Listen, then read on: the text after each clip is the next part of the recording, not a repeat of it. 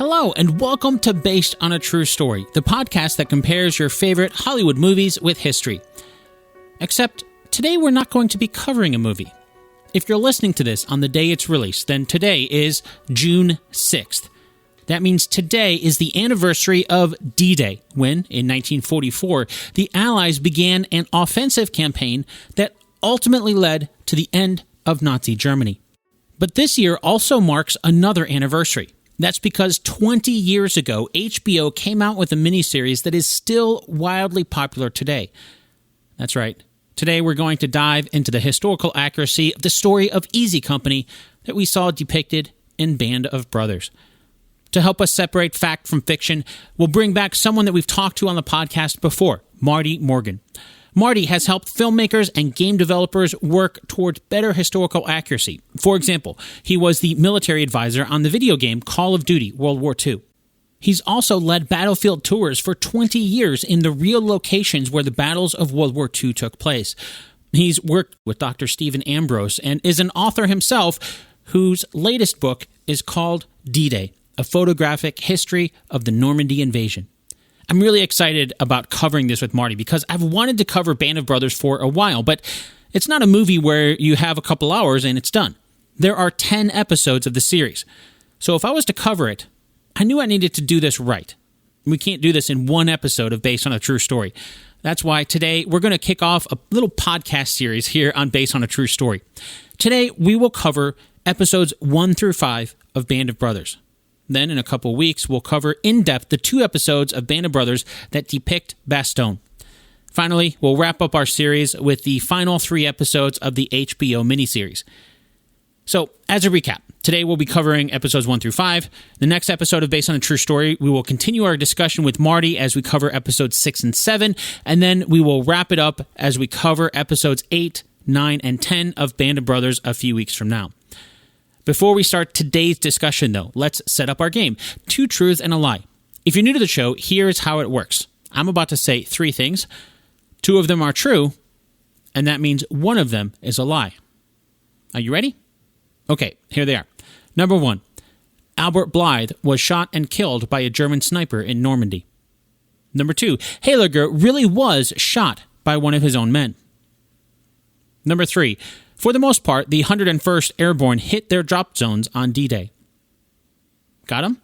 Okay, now as you're listening to our story today, your challenge is to find the 2 facts scattered somewhere throughout the episode, and by a simple process of elimination, you'll be able to find out which one is a lie. And of course, we'll do a recap at the end of the episode to see how well you did. All right, now it's time to chat with Marty Morgan about the historical accuracy of the first 5 episodes of Band of Brothers.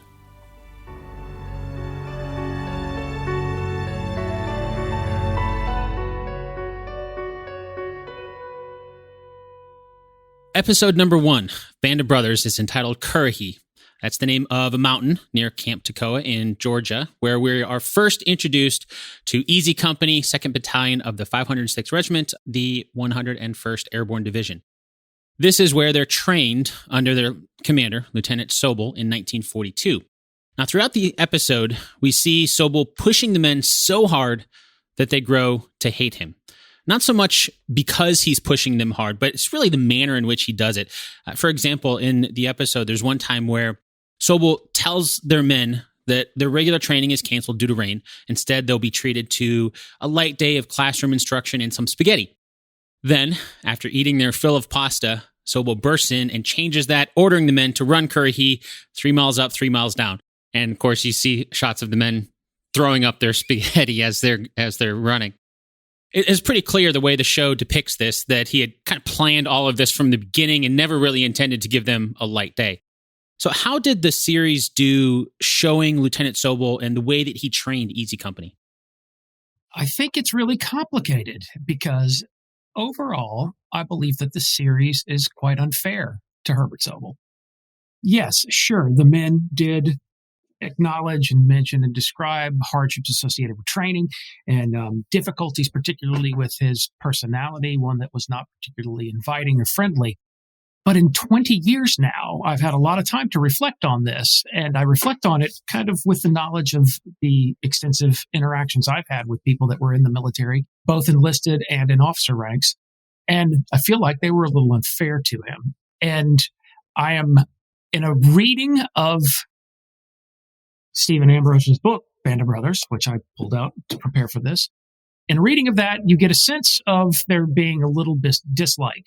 And I believe that everyone who has ever served in uniform can testify to having had a leader that they disliked. But at the same time, one of the experiences that I had in my career earlier on is I had worked at a museum in New Orleans. I had worked near and around Dr. Stephen Ambrose shortly before his death in 2002. And after his death, I took over his research collection, material that was assembled while he was writing all of his books, to include the book Band of Brothers. And there wasn't such a sharp and pronounced dislike of Herbert Sobel in that material as what we will ultimately see in the miniseries, which brings me to my bigger point. And then it's this, I'll make it painless and simple. And that is that I think the miniseries deliberately made him out to be more than a villain than he actually was. I think you made a good point of, at some point, I've never served in the military myself, but I've had family members who do. And there were certainly times they would tell stories about their drill instructors and such that were, not necessarily complimentary. That just seemed to be part of the training. It absolutely is. And that's a funny thing too. Like, in reflecting on this overnight, I should thank you, first of all, because you gave me an opportunity that I kind of hadn't expected. Even after we talked, I was like, okay, cool. We're going to talk about Band of Brothers. I love it. I can't get enough of it. This is going to be fun. And then I went and watched it through my post Game of Thrones eyes. And I see it in such a different way now. And I love it even more than I did 20 years ago. I felt moments where it pulled on my heartstrings. I felt moments where the hair still stands up on the back of my neck. It's just that good. It's 20 years later, and I'm 20 years older and more disenchanted and cynical. And I still love this series so much. This series has so much good to say. With that being said, though, this series does things that I think we all have to keep in mind, in that it deliberately massages, kneads, pulls, twists, and turns the reality and the actuality of the historical record in order to fit the formula for broadcast cable, to fit an entertainment formula. And I feel like that's something that may have just kind of gotten lost in the last 20 years. I didn't work on Band of Brothers, but I worked for Stephen Ambrose, and I was kind of within an inner orbit of Dr. Ambrose's world. And I saw it happen all over again on the series that I did work on, which was HBO's miniseries, The Pacific. But one thing that I recognized in working on that series and working on countless other television programs and television series is that they have a formula.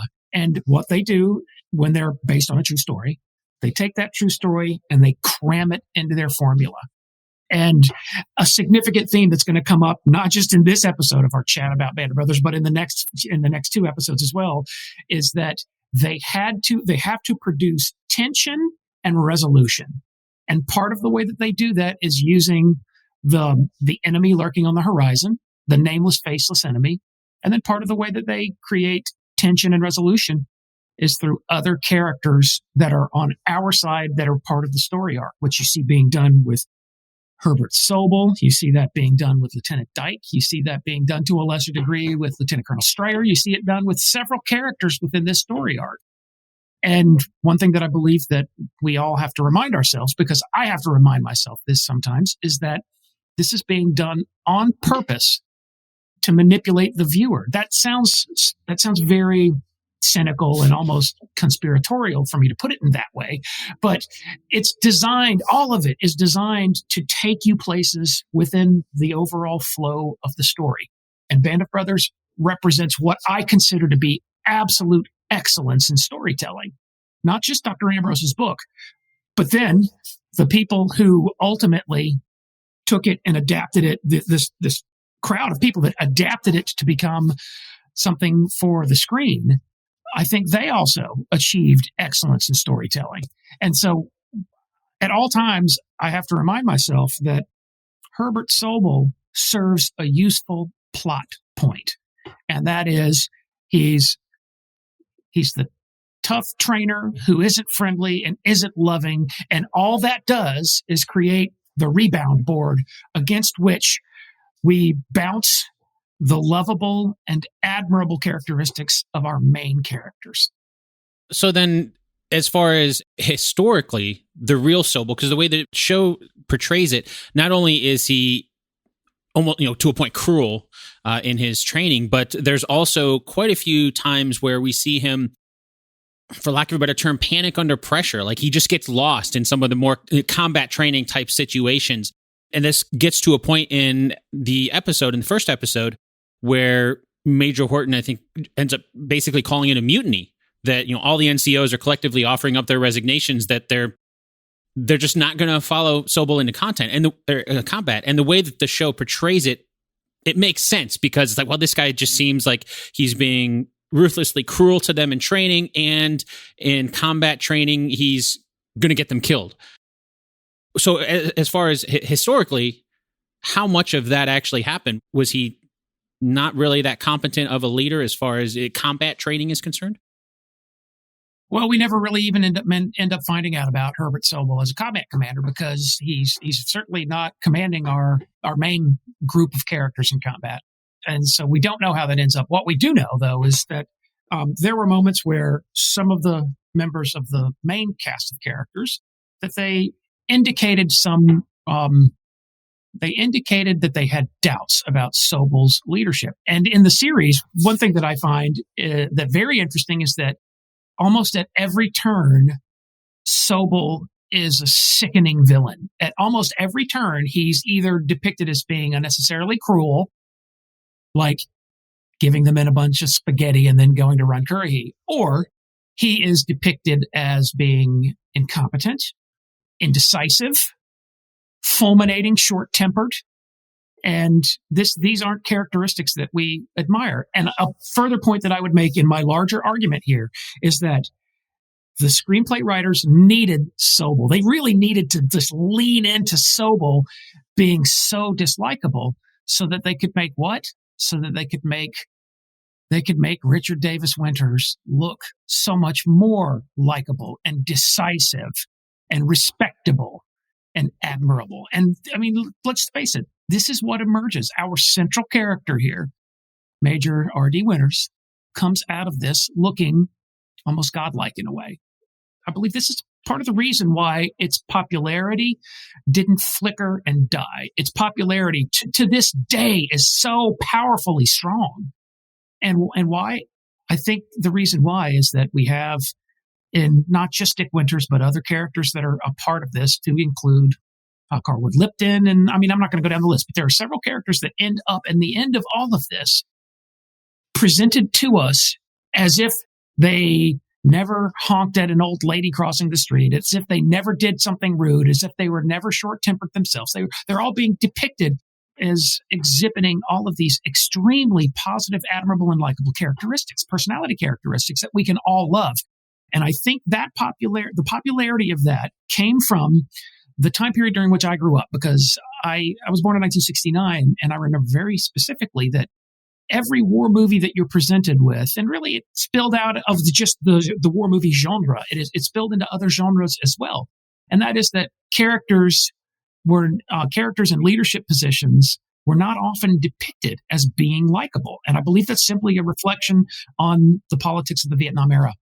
I was born when the Vietnam War was still being fought, and I grew up at a time when the United States was sort of in this existential hangover from Vietnam. And everything had to be what? Everything had to be disenchanted. Everything had to be cynical. Everything had to question authority. Everything had to depict authority figures as being incompetent or somehow unlikable or somehow evil.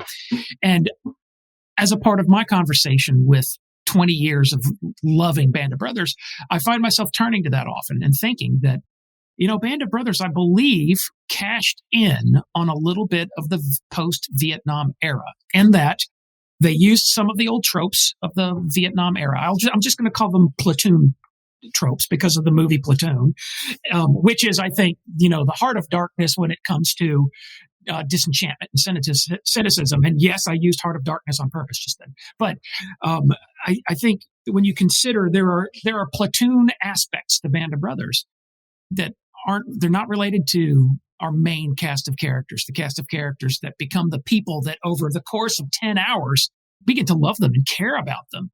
And I think a lot of the popularity of the series, I shouldn't say it like it's past tense. I think a lot of the continuing popularity of the series relates to the fact that people were just kind of sick and tired of being fed this constant diet of cynicism and disenchantment. And let's face it, during the Second World War, and also, I should mention this before I conclude the point, is that we were also in the 1990s. I remember it very clearly because in the 1990s, I was both an undergraduate student and I was working on a master's degree in history. And during that time period, I remember that it was really then that sort of postmodern disenchantment and cynicism were directed at the history of the Second World War. In other words, that prior to the 80s, the Second World War as an historical subject was one that was left largely untouched by the disenchantment, cynicism, and lack of optimism that I think characterized earlier time periods, particularly the time, especially after Vietnam.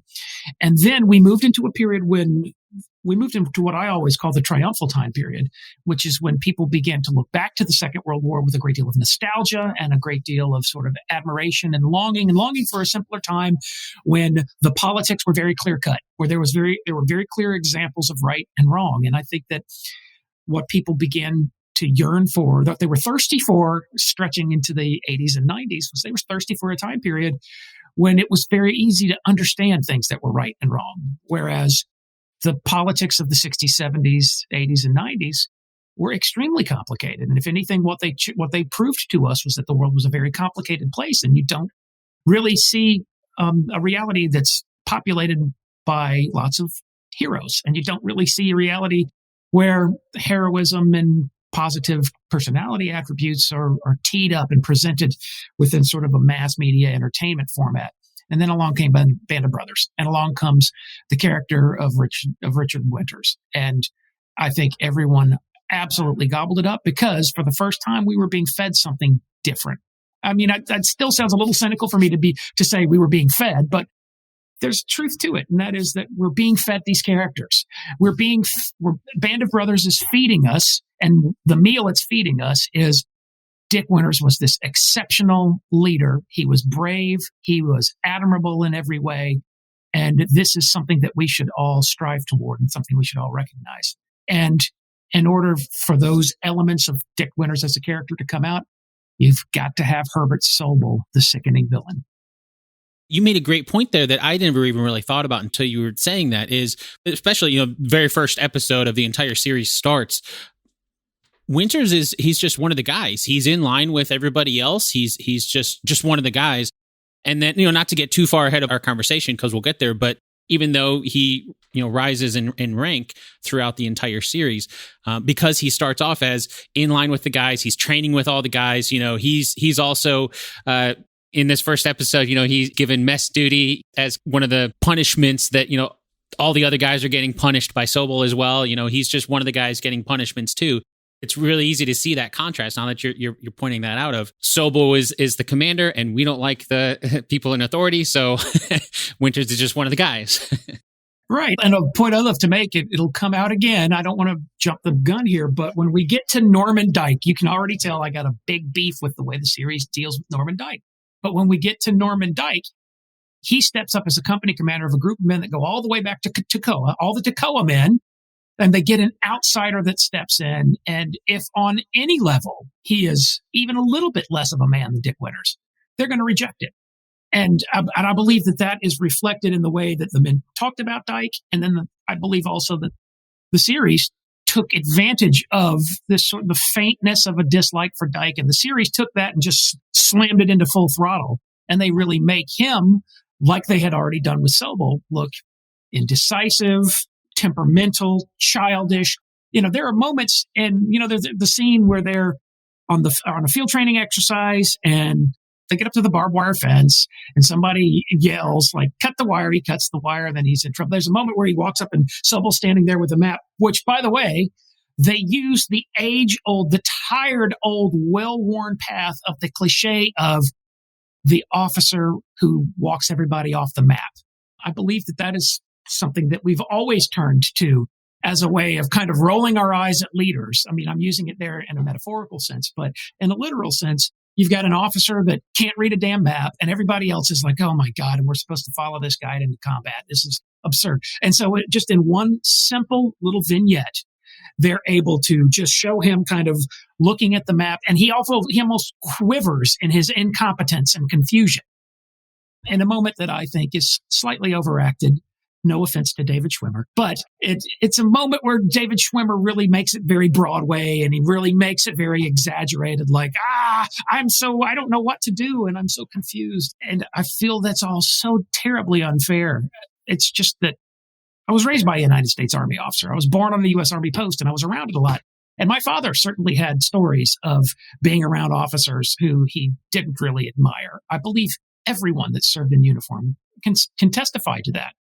But does that mean that Herbert Sobel was dreadful? And I don't think it was. I think Herbert Sobel was probably just common, and that Herbert Sobel had a lot of training that he had to invest in people who were still largely untrained. Let's face it, they'd been through, not all of them, but most of them had only just joined the Army and had only gone through basic training. And he had to parachute qualify them and then put them through all this additional training. And not all of that is intended to be fun. And it would have been a very, very demanding sort of regimen to walk people through. And you had to assign someone to be the mess officer. You had to hand out assignments that were not glamorous and they were undesirable. And you had to enforce discipline. And when we look back at the Sobel legacy, not so much from the book, but from the miniseries, what we see is a lot of people that are complaining about Sobel for doing what? Just not being nice about everything. And I often like to think sometimes that, and sitting through the first episode, which I completely love, the first episode is so great on so many levels. It might have the best finish of all of the episodes, but more on that later. Anyway, but in episode 1, there are moments where I'm like, I get it. He's mean. The training's tough. You've got a lot to do. And we're hammering these men into an extremely close-knit group. Because as I've understood leadership, granted, I've not been in the military and I've never been a military leader. But as I understand part of it, it seems like an important function is that you put people through some hardships and some ordeals, and that has the effect of bringing them together and establishing camaraderie. And let's face it, if that's one of the objectives of training, Herbert Sobel was an astounding success. Because let's face it, the men of E Company were ready for combat when they went into combat. The men of E Company were not just physically, but they were emotionally ready. And if there's one thing that we can identify as being exceptional about Band of Brothers is that they had formed a bond that to them felt unique. I think that basically everyone in units all across the United States Army during the Second World War felt the same kind of bond. And that bond didn't happen because Herbert Sobel was a villain. I think that bond happened because he was tough on his men and he had to enforce discipline and he had to maintain order. And I think he did it in a way that wasn't quite as bad as the series wants to make us think it was. And I think he also did it with a competence that the series doesn't acknowledge. Towards the end of the episode, we do see that Easy Company is taken away from Sobel and Lieutenant Meehan takes over. And this is where we see them going to England, Pottery, England, more specifically, to finish their training right before the invasion, the drop on D-Day. And the episode the date in the episode, I should say, is May 31st, 1944. So we know it's just before D-Day on June 6th. How long did the men of Easy Company have to train for the D-Day drop? And were some of the men able to figure out, in the show, they're able to figure out that Normandy was the location before it's even that, just based on the locations that they're dropping and all that kind of stuff? I think we see a scene with Winters and Meehan, and Winters like, I brought a compass on the last training drop. Let's figure it out on the map. They figure out that, it must be Normandy, right? How much of that sort of stuff actually happened? Yeah, that's all true. That bears out, and not just the book, but also in Dr. Ambrose's materials. And if there's one thing, you just mentioned one of my favorite moments in the entire series, and that's that moment when Winters walks up to the tent Lieutenant Meehan sitting inside. And he says, on the last training jump, I took a compass. And Meehan looks up at him and he just gets this look across his face. And he says, close the flap, Lieutenant. And I felt like that. I know it's so dumb, but it's one line, but it was, I think, so very well acted that it communicated so much. A lesser actor could have read that line in about a dozen different ways, but that guy, when he read that line, he had a look in his eye and he had a look on his face that said to you, there's more to this. These two have already talked about it. There's something going on here. It's something bigger. And it draws you into that scene in the tent where they're sitting there with the map. And I can't say enough about that actor and that one line, because it just pulls you right into the setting of, all right, where are we going? Oh my God, it's Normandy. I can't stop gushing about the series for those moments because there are a lot of them that I think are quite well acted. And I think that's one of them. And it's such a stark contrast because, like you were saying, it tells you that they've talked about this before. And that is something that I don't think Winters would have done with Sobel, the way that the series portrays him in just earlier in that episode. You don't get the sense that Winters would be talking with Sobel about this kind of stuff. Right. And it's all about, what do they say in restaurants, in the restaurant business, mise en place. It's all about the setting. It's all about the way that the presentation of it, which I think is the actual meaning of mise en place for restaurant industry. It's all about the setting. And from the start, how is Meehan presented to us? Meehan is presented to us as he's not just a good officer who's competent and decisive and smart, but he's also likable. And I have to just point out that a lot of that is done by the really remarkable and admirable writing of this episode. This episode's written by Eric Jendresen and Tom Hanks. And I think that what they presented to us in episode 1 is an example of perfection in screenwriting. And then you throw some rock solid actors in there and you get the makings of something special. That's a good way to start the series. Yeah. And think about from the start, the series, it was sold to me and the decision was made before episode 1 even aired. I didn't even want to look at the cast list. I was like, I don't care. I'm 100% on board. For God's sake, I worked for Stephen Ambrose at the time. And I was an author writing about D-Day. I was interested in these things. And so I was all 100% on board. Then I got into it. I will never forget the electricity of that night. It was a group of friends here in New Orleans. And we assembled at this guy's house, met a guy who had a living room big enough to accommodate about 20 of us.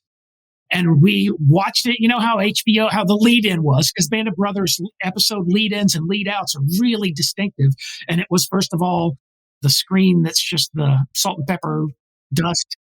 And it makes that noise. And then the music kicks in and you get the opening sequence. And then it cuts to those interviews of the veterans. I'll never forget, as long as I live, the feeling of sitting in a room and having that happen to me for the first time. They reached through the screen, they grabbed me by my shirt and pulled me into that series. And they had me from before the black screen faded up to the first veteran interview. And at the end of the veteran interviews, I was like, whatever this is, it's going to kick ass. And I'm 100% on board. And then you get into all the rest of it. And then you start meeting characters. And the characters are all fantastic. Even characters like David Schwimmer as Herbert Sobel, which we're being forced to dislike him, making him more dislikable than I think he actually was. Even with that. And even with me at that point, because I guess at that stage I was 32 years old or something like that. Even then, I was kind of like, yeah, I know you're gonna pull on my heartstrings, and you're gonna beat me over the head with training is tough and running up this hill is tough, and these guys are becoming buddies and they're gonna go to war, and then we're gonna kill some of them, and you're gonna be sad. Even that sort of movie critic side of me was like, I know what's gonna happen, and after about a minute, I didn't care anymore. I was along for the ride. Well, in episode number 2, it's called Day of Days, we see the men of Easy Company dropping over Normandy on D-Day. And despite all their training, one major thing seems to have gone wrong, that not to the fault of any of the men that are actually dropping, but almost everybody seems to be dropped in the wrong place. Not just Easy Company, but all the paratroopers. And so many have missed their drop zones. It just kind of seems to throw a wrench in the original plan. So can you give some historical context around what that original plan was going to be, and then if everybody had hit their drop zones, and how much did it have to deviate due to the chaos of everyone just missing the DZ? Certainly. As it turns out, Operation Neptune was the operation by which we moved amphibious forces and airborne forces across the English Channel in time for the invasion to begin at 0630 on Tuesday, June 6, 1944. For Operation Neptune, in the American sectors, there were two separate missions, Mission Albany and Mission Boston. Mission Boston was to insert the 82nd Airborne Division, and Mission Albany was to insert the 101st Airborne Division.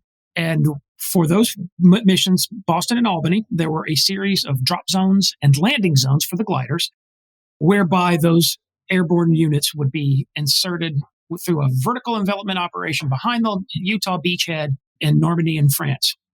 As it turns out, the Boston mission encountered more difficulty in putting paratroopers on the drop zone. It's an unusual twist with E Company 506 Band of Brothers and Mission Albany, insofar as it's depicting a group of 101st Airborne Division paratroopers, Dick Winters and the men of Easy Company, being dropped in the wrong place. And what makes that unusual is the fact that, for the most part, the serials associated with the 101st Airborne Division were on their drop zones. Don't get me wrong, a lot went wrong.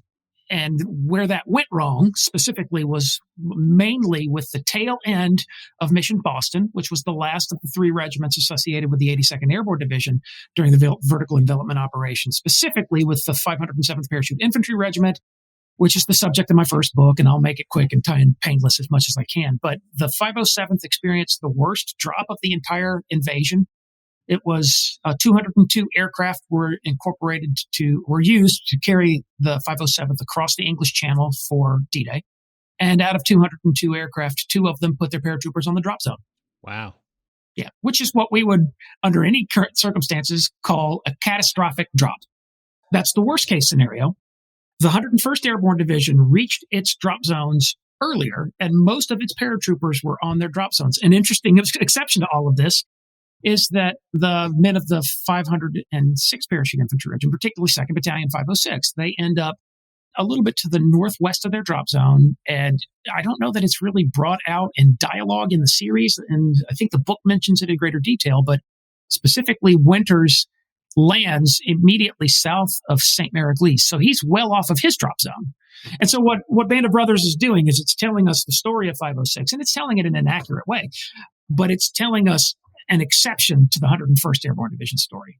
Well, I could see too, I think in the series, some of the first people that they come across, we kind of see it through Winter's perspective, are guys from the 82nd. And so I could see how if he's off his marker, not really sure where he is, and then he runs into these guys from the 82nd, they're not really sure who got dropped in the wrong place. Is it them or is it the 82nd?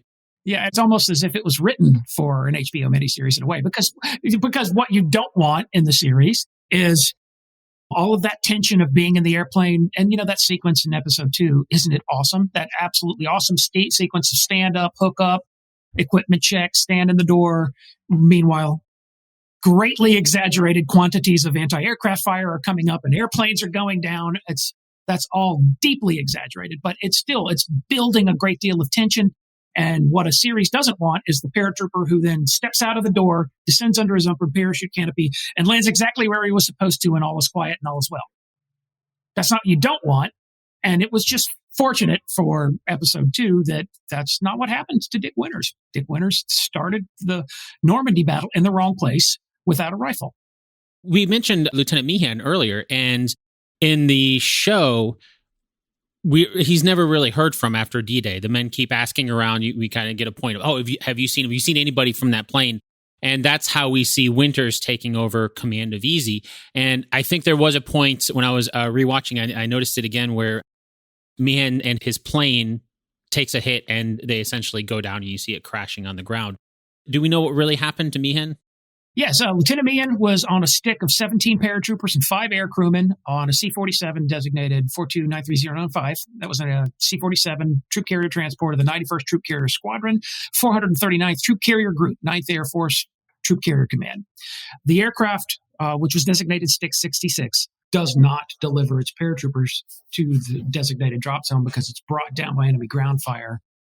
The aircraft crashes in the vicinity of a little town just north of St. Mary-Église called the Beauzeville-au-Plain. where there's a lovely little memorial that remembers the paratroopers and the air crewmen who died in the crash. This is precisely what leads to the ascent of Dick Winters through officer rank. There's a deep tragedy associated with it because that's an aircraft of 22 men that are lost. If I could just throw my axe to grind out real quick, a point that I'd like to make about this is that there is what I have overall in life begun referring to as a rubbernecker effect. There's a scandalizing and pornifying quality of the worst case scenario in war movies, where these worst case scenario moments tend to develop a gravity all their own, and they attract attention because it's pornographic in a way that people are attracted to the idea of, like, look at this disaster, which is why I believe that you see the Dog Green sector of Omaha Beach being selected as the opening scene for Saving Private Ryan. It's a worst case scenario where there were plenty of things going on around it that didn't go that badly.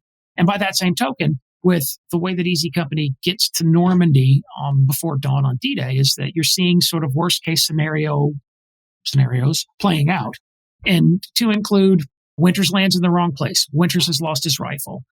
An entire aircraft carrying the company commander and other men goes down. They're lost. They never report in.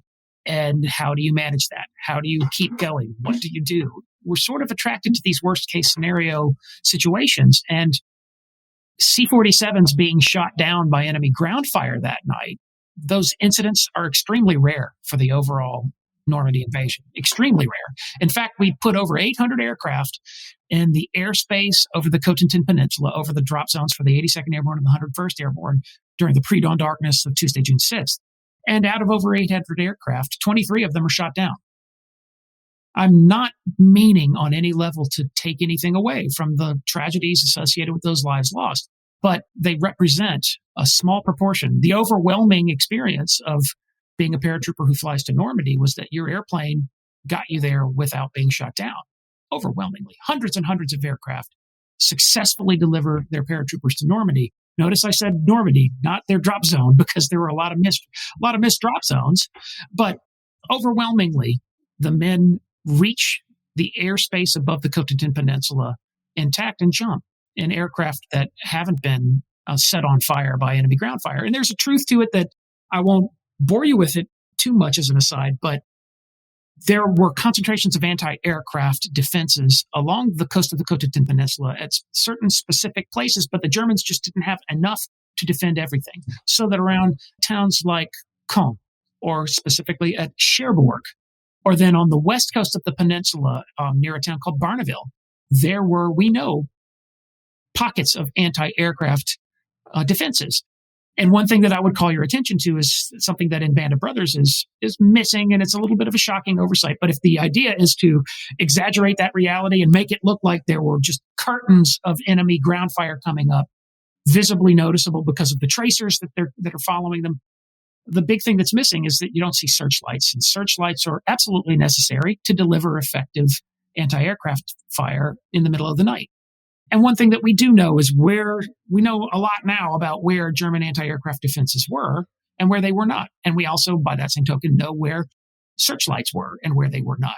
And the reality was that the course that was taken by the troop carrier aircraft carrying both Mission Albany and Mission Boston, their route was specifically chosen to avoid places where there were known concentrations of enemy anti-aircraft guns and searchlights. It was that route. I mean, in fact, the route brought them carefully down to the west of the Cotentin Peninsula. That route specifically made use of the gap between the islands of Alderney and Guernsey and the Channel Islands, which were very heavily defended with heavy anti-aircraft armament and searchlights. The aircraft specifically flew through a gap between those islands, and then if everything had gone perfectly according to plan, they would have come in over the coast of the Cotentin Peninsula, north of where the anti-aircraft concentration at Barneville was. And there were some mistakes, and some of them came in over that anti-aircraft concentration. Some of them drew fire. There were other anti-aircraft concentrations, but the area where the drop zones were, I'm not prepared to say completely devoid of anti-aircraft guns, but they were almost completely devoid of anti-aircraft guns. And so maybe you're hearing me, which is why I should mention that, a vignette that unfolds as immediately upon Winter's landing is a vignette in which he's kind of crouching in the darkness and there's a German anti-aircraft gun that's just hammering away. I don't believe that to be historically accurate. I don't believe that. And it's depicted as, I think it's depicted in the series as a Flakvierling, a quad 20 millimeter gun, but I certainly am unaware of any weapon like that being anywhere within about a 5-mile radius of St. Mary-Glees. And so in this way, I'm presenting an accusation at the series that I believe that the series is doing something that is sort of a well-oiled machine. And that is there has overwhelmingly since 1944, for over 75 years now, there has been a tendency, I think, to exaggerate the amount of anti-aircraft fire over the Cotentin Peninsula, over France. The aircraft drew anti-aircraft fire, even though they flew through the gap between Guernsey and Alderney. Those islands still shot at them. And so what I believe is going on is that you had a large number of paratroopers who were sitting inside the aircraft. They have windows on the aircraft and they can look out either window. You could look out the right side of the aircraft or the left side of the aircraft, because to the right would have been Guernsey and to the left would have been Alderney, and they were shooting at you. And I could imagine that that produced powerful memories for those men. And I would also furthermore imagine that maybe they didn't know, are we over France yet or are we still over the water? I have a feeling, in other words, that they got shot at by Guernsey and Alderney, and they believed that they were being shot at over France. And I believe that most of them didn't get shot at over France. I think they got shot at when they were flying between Jersey and Guernsey. And then a few minutes later, the red light comes on, stand up, hook up, equipment check, stand at the door, everybody's getting ready to jump. And what their memory in the years that followed became was, yeah, we got shot at. And I think as time went on, people writing books and making movies tended to conflate that and to what looks like, it's sort of like, these guys are flying into the Death Star and getting shot at from every direction. And I don't believe that they were being shot at in nearly the amount that the series depicts. But the series is doing basically something that everybody else has done. I like your mention of Saving Private Ryan there, because as I was watching this again, I got this sense that if the opening sequence in Saving Private Ryan set the tone for this is what D-Day landing on the beaches must have been, I got the sense that this is almost the airborne version of that. This is the over the skies, the drop they're getting shot at. I think there's even one scene where we see one of the planes get hit and like the tail falls off and it breaks apart, and you just get and then of course Meehan's plane, which was a different one that got hit. So you get the sense that these planes are going down left and right. They're getting shot at from all over the place. Very much an air version of the opening scene of Saving Private Ryan was the sense that I got. I think they were going for that. And just like in Private Ryan, they wanted drama, and they sprinkled sugar over the existing drama. They made the existing drama slightly more dramatic than I believe it was. I'm not faulting them for that. I understand that if you made a series, we might as well go ahead and say this in our first conversation about this. If you made a series that was 100% accurate, no one would watch it because it would be painfully boring. And so the challenge that falls on the shoulders of the people who are writing and then directing these episodes. Challenge is to make them interesting, to make them dynamic, to draw people in. You have tools available to yourself to make this engaging. And among your tools are actors. And my God, Band of Brothers is just nothing but great actors, one after the other. And you also, one of your tools is the story and the way that the story can be presented. And as you might recall from our previous very long-winded discussion about Cornelius Ryan's The Longest Day, sometimes when the story isn't really all that dramatic, you might just make it a little bit more dramatic than it actually was. And I believe that is something that happened in Band of Brothers.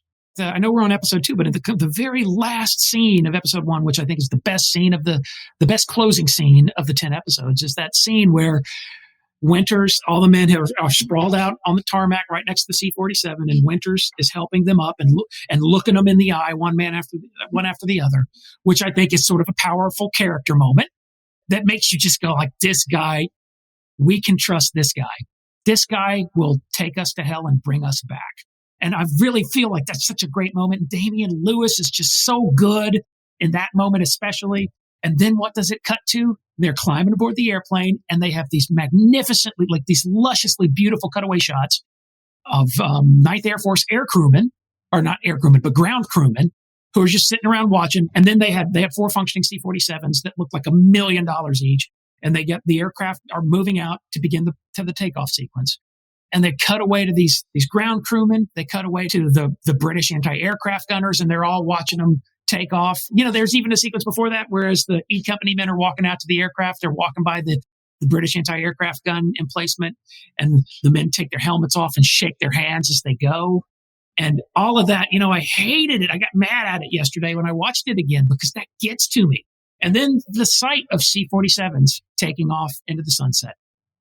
My God, it's just perfection. And because it was Richard Loncraine that directed episode 1. And I was like, dude, he did something that I wouldn't feel again until Game of Thrones. And that is like, oh, you can't leave me here. I have to wait a week for D-Day. You guys are killing me. And then all week long, all we did, we were so manipulated by it. I don't mean that cynically, but we were so pulled in by extremely effective storytelling that all week long we were like, dude, Sunday night, your place. What time does it start? We are so there that this next episode, if it's anything like that first one was, this is going to be super awesome. And then episode 2 comes along, and what does it do? It delivered, by God. Episode 2 is fantastic and dramatic and tragic. And it's really here that the Dick Winters character is presented to us, and I think it's in its full glory. Because Dick Winters does something exceptional on D-Day, and that is that Dick Winters, as you already know, is primarily responsible for leading the first element of and planning the assault on the German artillery battery at Brecourt Manor, an action for which he is ultimately awarded the Distinguished Service Cross. Speaking of which, that's the next part in episode number 2. It's the first order that we see Easy Company receiving once they land, essentially, is to take out the German 88s at Brecourt Manor. And the way that the show sets it up is those guns are firing on these soldiers at Utah Beach. So they need to silence those so that the men on the beach can land. And assessing the situation, we see Winters put together a plan for what they assume must be, they know there's at least 2, but they're going to assume there's at least 3 or 4 guns there. And they move pretty quickly. They go from gun to gun, taking them out, even causing some confusion at one point between the Germans, where the machine gun nest that's guarding the gun starts firing on one of their own there. And we see Easy Company taking out 3 of the German guns, I believe, before Spears and Dog Company shows up. And Spears like, oh, can Dog Company take out the next one? And they go on and do that. And then back at Battalion, we get an overview of what happens in some dialogue. And first, we learned that they were actually 105s and not 88s like they initially thought. Winters says that they killed about 20 Germans, and there were probably 40 or so Germans left, manning 3 MG-42s. So that's an overview of how the show depicts that action at Brecourt Manor. How well did it do? It did kind of well. That's a really hard answer because, on the one hand, I think they did very well in making it adventurous and exciting and sort of cliffhanging. If anything, it invested in you the quality of Dick Winters as a combat commander, which is such an important story point or storytelling moment that builds on his character for the rest of the series. But in terms of historical accuracy, we got some big problems. Okay. What's one of the bigger problems that they had historically? I'd say number 1 is the presence of the World War I type trench system. There were definitely, positively, and absolutely no trenches whatsoever in the area around the German artillery battery at Brecourt Manor. This brings up a more interesting topic because ultimately Don Malarkey, who I knew before, Don Malarkey that I knew would ultimately talk about the World War I style trenches. And you see the way that the sets are realized in the series. And that is that it's realized as, I think, a far more substantial, almost semi-permanent looking field artillery battery than it actually was. There were no trenches there. They certainly hadn't built these trench head walls where they wove in branches and things that they cut down to hold back the earth. None of that existed. And there's very interesting reason why we know that these things didn't exist. And that is that a photo reconnaissance aircraft for Allied Air Forces flew over Brecourt Manor on D-Day and photographed it. And in that photo, you can't argue with the photo. There's no trenches. I want to break into this conversation real quick here and just let you know if you're listening to this, Marty was kind enough to share those recon photos from June 6, 1944, of Brecourt Manor, where you can actually see what he's talking about. And so if you want to see those, you can find those at basedonatruestorypodcast.com/182. That's basedonatruestorypodcast.com/182. You can, however, pick out and see where the four guns were. And you can actually see how the guns were firing. They were pushed up into the hedgerow, and the weapons, their muzzles were pointing out just through the hedgerow on the other side. And as they had fired that morning, the concussion coming from the muzzle of each weapon had flattened a cone of grass on the other side of the hedgerow. And you can see those in the recon photo. It's absolutely remarkable. Although you can see that. You can't see no trenches because there ain't no trenches. And so from that perspective, the entire action is sort of built on like a Guns of Navarone type set that was far more permanent than the one that actually existed. The one that actually existed just had no permanence to it. It appears that it was just guns that were pushed into the hedgerow. And there's a reason for all of this, and that is that the Germans had recently moved that firing battery into position. There were two other firing positions not terribly far from there, one at Hauteville-la-Hubert and one at a place called Holdy. And the guns in those positions were specifically under orders to be invisible. We were flying reconnaissance aircraft over Normandy periodically. The Germans knew that. And when the Germans reinforced Normandy, they reinforced the area where the 101st and the 82nd will land on June 6th. They reinforced that area in mid-May, so right before the invasion. And they reinforced it with a division that had not been there prior to about May 15th. It was called the 91st Luftland Division. And then there were assets and elements of that division that were being moved around and positioned within the area of the command, leading all the way up to June 6th itself. That artillery battery had gone into position not long before D-Day, and they knew good and darn well that you better not be visible from the air. If you're visible from the air, you'll inherit some problems. And so the men of that firing battery went out of their way to make sure that none of the equipment associated with that four-gun position could be seen from the air. And that's why they didn't dig in. To dig in is to announce to the enemy who's watching you that, hey, there's something going on here that's worth paying attention to. Please come bomb us. So they didn't dig in. That's the biggest glaring problem, I think. And that's the one that I'm a little bit more strict about than I am about the next problem.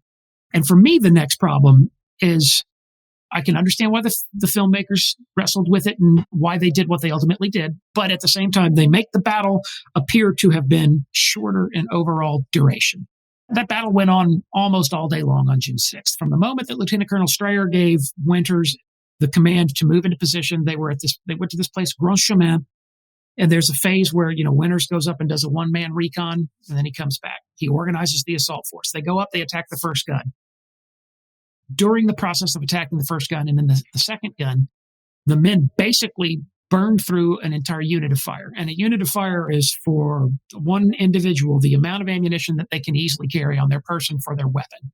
So that if you're carrying an M1 rifle or an M1 carbine or a Thompson submachine gun, it's, the standard amount of ammunition you would carry ready in your cartridge belt or in the pouches for your magazines. And so after getting into a little bit of a serious scrap over gun one and gun two, the men had depleted their unit of fire to such an extent that they had to disengage. They fall back to Grand Chemin. They take more ammunition. They move back into position to the third gun. D Company joins them for the third gun. Then there's this other phase where they're going to cross the road. There's a feeder road that leads down to the manor itself. And Winters, after they have captured all four guns, Winters has to cross that road as he begins a process of what I believe he was thinking of, which was going to be an envelopment maneuver to outflank the manor. But when he realized there's a uniqueness to that road, the last stretch of road, about the last 100 feet or so of the road leading it to Brecourt Manor, is a sunken road with powerful hedgerows on either side of it, very thick hedgerows. And I think Winters, realizing that it would cost him a lot of men to move across that road, he pulls the whole thing back and decides, I'm going to see if we can find some support from somewhere else, which is when he encounters, as you see in the series, Lieutenant Nixon, and then they see tanks from the 70th Tank Battalion, and then it becomes a coordinated tank infantry assault. All of that takes place over the course of almost 6 hours. The series, of course, couldn't depict that. And on any level that could give you a sense of that timeline, the series had to pack it into something that could be digested easily by the viewing audience, and also something that could fit within the runtime framework of a single episode. And so they cut it to, I think the sequence is a little over 20 minutes in overall length. And it's just exciting. It's so much excitement, and it's so awesome. And it's really depicted, and it's depicting combat in a way that's, I think, sort of arresting and confronting. And it's our first combat, and it's fascinating. But at the same time, I also think that they're cramming a couple of tried and true cliches into it. In filmmaking, one thing that comes up over and over again, and if you ever watch any YouTube videos about filmmaking or you ever read about filmmaking, they will often talk about you introduce something and then you pay it off. And so something is introduced during the Breakhor Manor sequence that will ultimately be paid off. And I find it very interesting the way that it's introduced in that sequence is this lust to collect a German Luger, which will obviously be paid off later in the series in an episode that we're not scheduled to talk about right now, but we'll get to that later. But I find it fascinating that with the Luger at Breakhor Manor, you are seeing a direct sign of the writers at work. So John Orloff wrote this episode, and John Orloff knows that later in the series we have to pay off the Luger and what it will do. I don't want to give that away just yet. And so you have to introduce the Luger as a thing before you can pay it off. And it's introduced to us here. Maybe you can tell, I've been leading tours in Normandy for almost 20 years now. At least I did so up until 2020, with a little gap in 2020. But during tours, you can probably guess, there have been times I have overreacted in frustration with my tour groups by saying, all right now we're going to stop talking about movies and we're going to talk about D-Day history. And I shouldn't be like that, because people are fascinated by Band of Brothers and they love it. And I have found that in the 20 years since the series came out, my leading tours in Normandy has always involved some discussion of Band of Brothers to some extent. And it's to the point where there are a couple of places that I have to take them that if I didn't take my tour groups, they would mutiny. And one of those places is Breakhor Manor. That then leads to discussions like the one that we're having. And to the point where I have people on the bus throwing out a question like, why do you think this series is so popular? And then I just go, oh my gosh, that could be a lecture by itself, a freestanding hour-long lecture right there, but fit it into 10 minutes as we drive from point A to point B. But people will often ask about things like the Luger, and I'll try to explain things like, you see, in screenplay writing, there are certain practices and formulas that you have to adhere to. And I'll begin to describe things like the character of Herbert Sobel, how you have to play up one character as negative personality characteristics so that you can get the payoff of the character with the positive personality characteristics. You have to lay the groundwork for the tragedy of what will ultimately happen with the Luger by introducing the Luger before that payoff comes later in the story. And I'll describe those things to everyone, and I think sometimes they don't really pay attention to that part. But one thing that I know that people love when we go to Breakhor is it becomes, for them, it's almost like it's a hallowed ground the way that Omaha Beach is. We'll get to Breakhor Manor, and people were so thirsty for us to be told that during the Second World War, very good people, very intelligent people who were very patriotic, who were not like we are today. The world that we live in today bombards us and tries to remind us, you must at all times be cynical and suspicious and skeptical and disenchanted. Don't forget to be disenchanted today. Don't forget. That's all the television and your phones do, is they try to remind you just to lose all hope in humankind. And yet there were a lot of people, and I had the benefit in my career of talking to a lot of these people who went off and they fought for something and they stood for something. And I think one of the reasons that Dick Winters became one of the most adored characters in any series ever is because he stood for something and he exhibited personality characteristics that depart in a very powerful way from what surrounds us.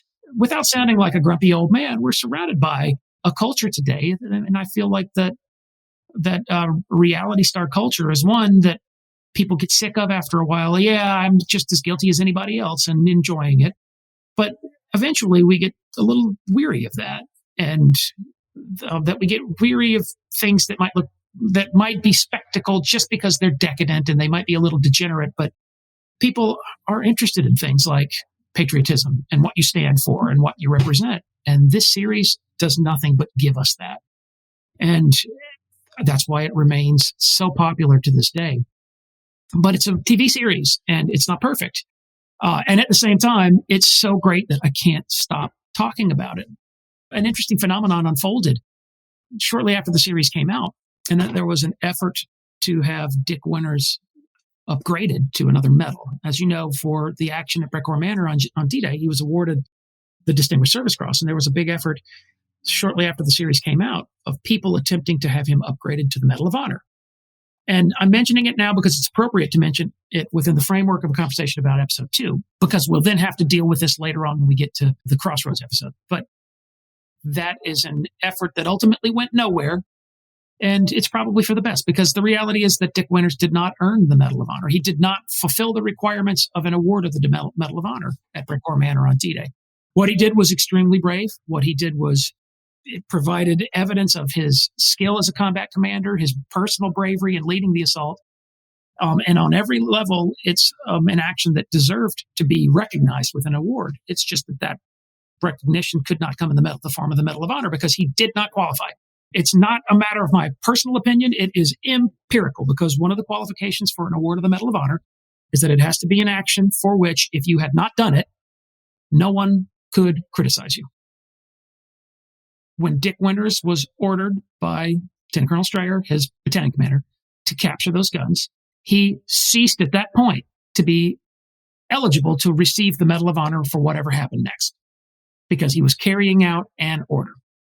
He, therefore, was awarded the appropriate medal, the Distinguished Service Cross. And the fascinating thing I found about this, since the effort came out to have him upgraded to the Medal of Honor, the thing that fascinated me about it was that my first thought was like, why? What's wrong with the Distinguished Service Cross? That is an extremely big deal. And to say that it's not enough is to, on a certain level, trivialize it. Now, I'm mentioning all of this now, not because I want more hate mail, but simply because something's going to happen later in this series where I think Winters engages in something that would have been appropriate for him to receive the Medal of Honor. But we'll get to that later on, because we're still on episode 2. And we have a long way to go. Towards the end of episode 2, there is something I wanted to ask you about, because we hear some voiceover from Winters, and he talks about Easy Company securing St. Marie du Mont by nightfall, and then with only an hour's rest, they go on to secure Couleville. But then, beginning of episode 3, we see the date of June 8th. So I got the impression here that there was some action that happened between episode 2 and episode 3 that we don't really get to see. Could you fill in some of the details from history of what happened there at Couleville? Yeah, there was some action there, and E Company was involved in it. It was not the kind of action that you would tend to make a series about. And also, it was during a process, it was at a time when E Company was still forming up, and it was the comparison of what is about to happen to E Company. It's less significant. I don't want to say it's insignificant. I'm just saying that it is less significant than what is going to happen to them in episode 3, which is sort of the big show. That's the next point at which the 2nd Battalion of the 506th is involved in heavy combat. So that after June 6th and before June 12th, there's some patrolling activity that takes place, and there's some engagement with the enemy. But they pale in comparison to the Battle of June 12th at Carentan. Well, that makes sense why they wouldn't show that then. Right, yeah. It's not, I don't want to say that it was uninteresting or not dynamic or unimportant, but it's just that they had to serve you D-Day. You had to have D-Day. There's no question. And then you've got to have Carentan, because that's the next big action. And also, a point I'd love to make here is that what are we doing? We're telling the story of this one group of men and the exceptional experiences that they endured during their course of fighting in the war in Northern Europe in 44 and 45. And a critical part of serving that story is telling the story of the characters. And the lead character of all of this is Dick Winters. And it's at Carentan that we have the next big opportunity to portray him and the exceptional leadership that he embodied. And so they're going to clearly they've got to get D-Day and his Distinguished Service Cross action out of the way. And then they're going to be next to Carentan, because even though it's a 10-hour series, you can't tell every story.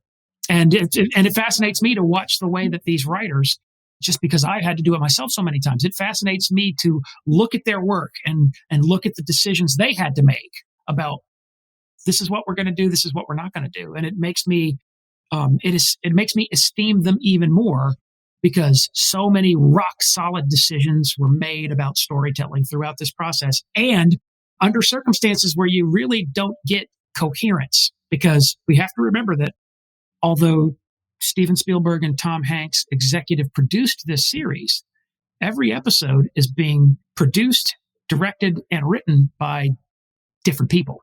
If somebody had described this to me before I saw the series, I wasn't aware of having different writers and different producers until after the series. If somebody had told me that that was what was happening, I'd be like, well, you've got yourself the prescription for a disaster,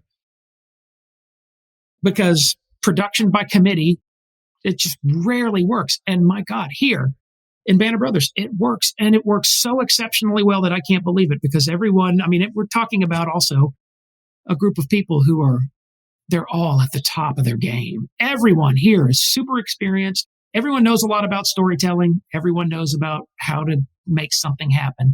And at the end of it all, I was so just blown over by how good the series was that to this day, when I sit through it again, I have to remind myself that there were some problems with it. I'll notice them, but I'm able to step outside of the guy that can go do things like, they just depicted an M1 rifle that has a post-war gas cylinder lock screw on it, and that didn't exist until the late 40s. I can step out of that person and just be the person that goes, man, that episode was awesome. I loved every minute of it. That's good to be able to step back and realize it is entertainment at the end of the day. Well, you mentioned Carentan. In episode 3, we see Easy Company attacking Carentan. And according to the show, it is the only place where the Allied armor from Omaha and Utah beaches can link up and then head inland. So until the airborne can take Carentan, the armor is stuck on the sand. Carentan is defended by a regiment of German paratroopers, but when Easy gets there, the show suggests that most of the Germans have left town. So even though it doesn't really take long for Easy to take Carentan, afterward they need to defend the town against a German counterattack. The show does mention that the Germans might have been planning a counteroffensive, so the impression that I got while I was watching this episode was that counteroffensive must have been against the invasion in Normandy. That's maybe why most of the Germans left Carentan, but then the airborne took the town, and so they turned around and had to try to take it back. Is that a pretty good impression or a good overview of what happened there at Carentan? Yeah, you're on the right track. What the Germans recognized, because keep in mind, we're not dealing with a stupid enemy. We're dealing with an extraordinarily and painfully intelligent enemy. And the enemy knew good and well that Carentan was going to be the point where two landing beaches were capable of linking up with one another. That the reality of the terrain in the area around Carentan, or the reality of the terrain separating Omaha Beach from Utah Beach, was that it's a river estuary. It's the mouth of a series of rivers. That's the Veer River, the Tote River, and the Duve River, that separating Omaha and Utah were these three rivers and then the marshlands around them. And when you have environments like that, you need bridges to get over them.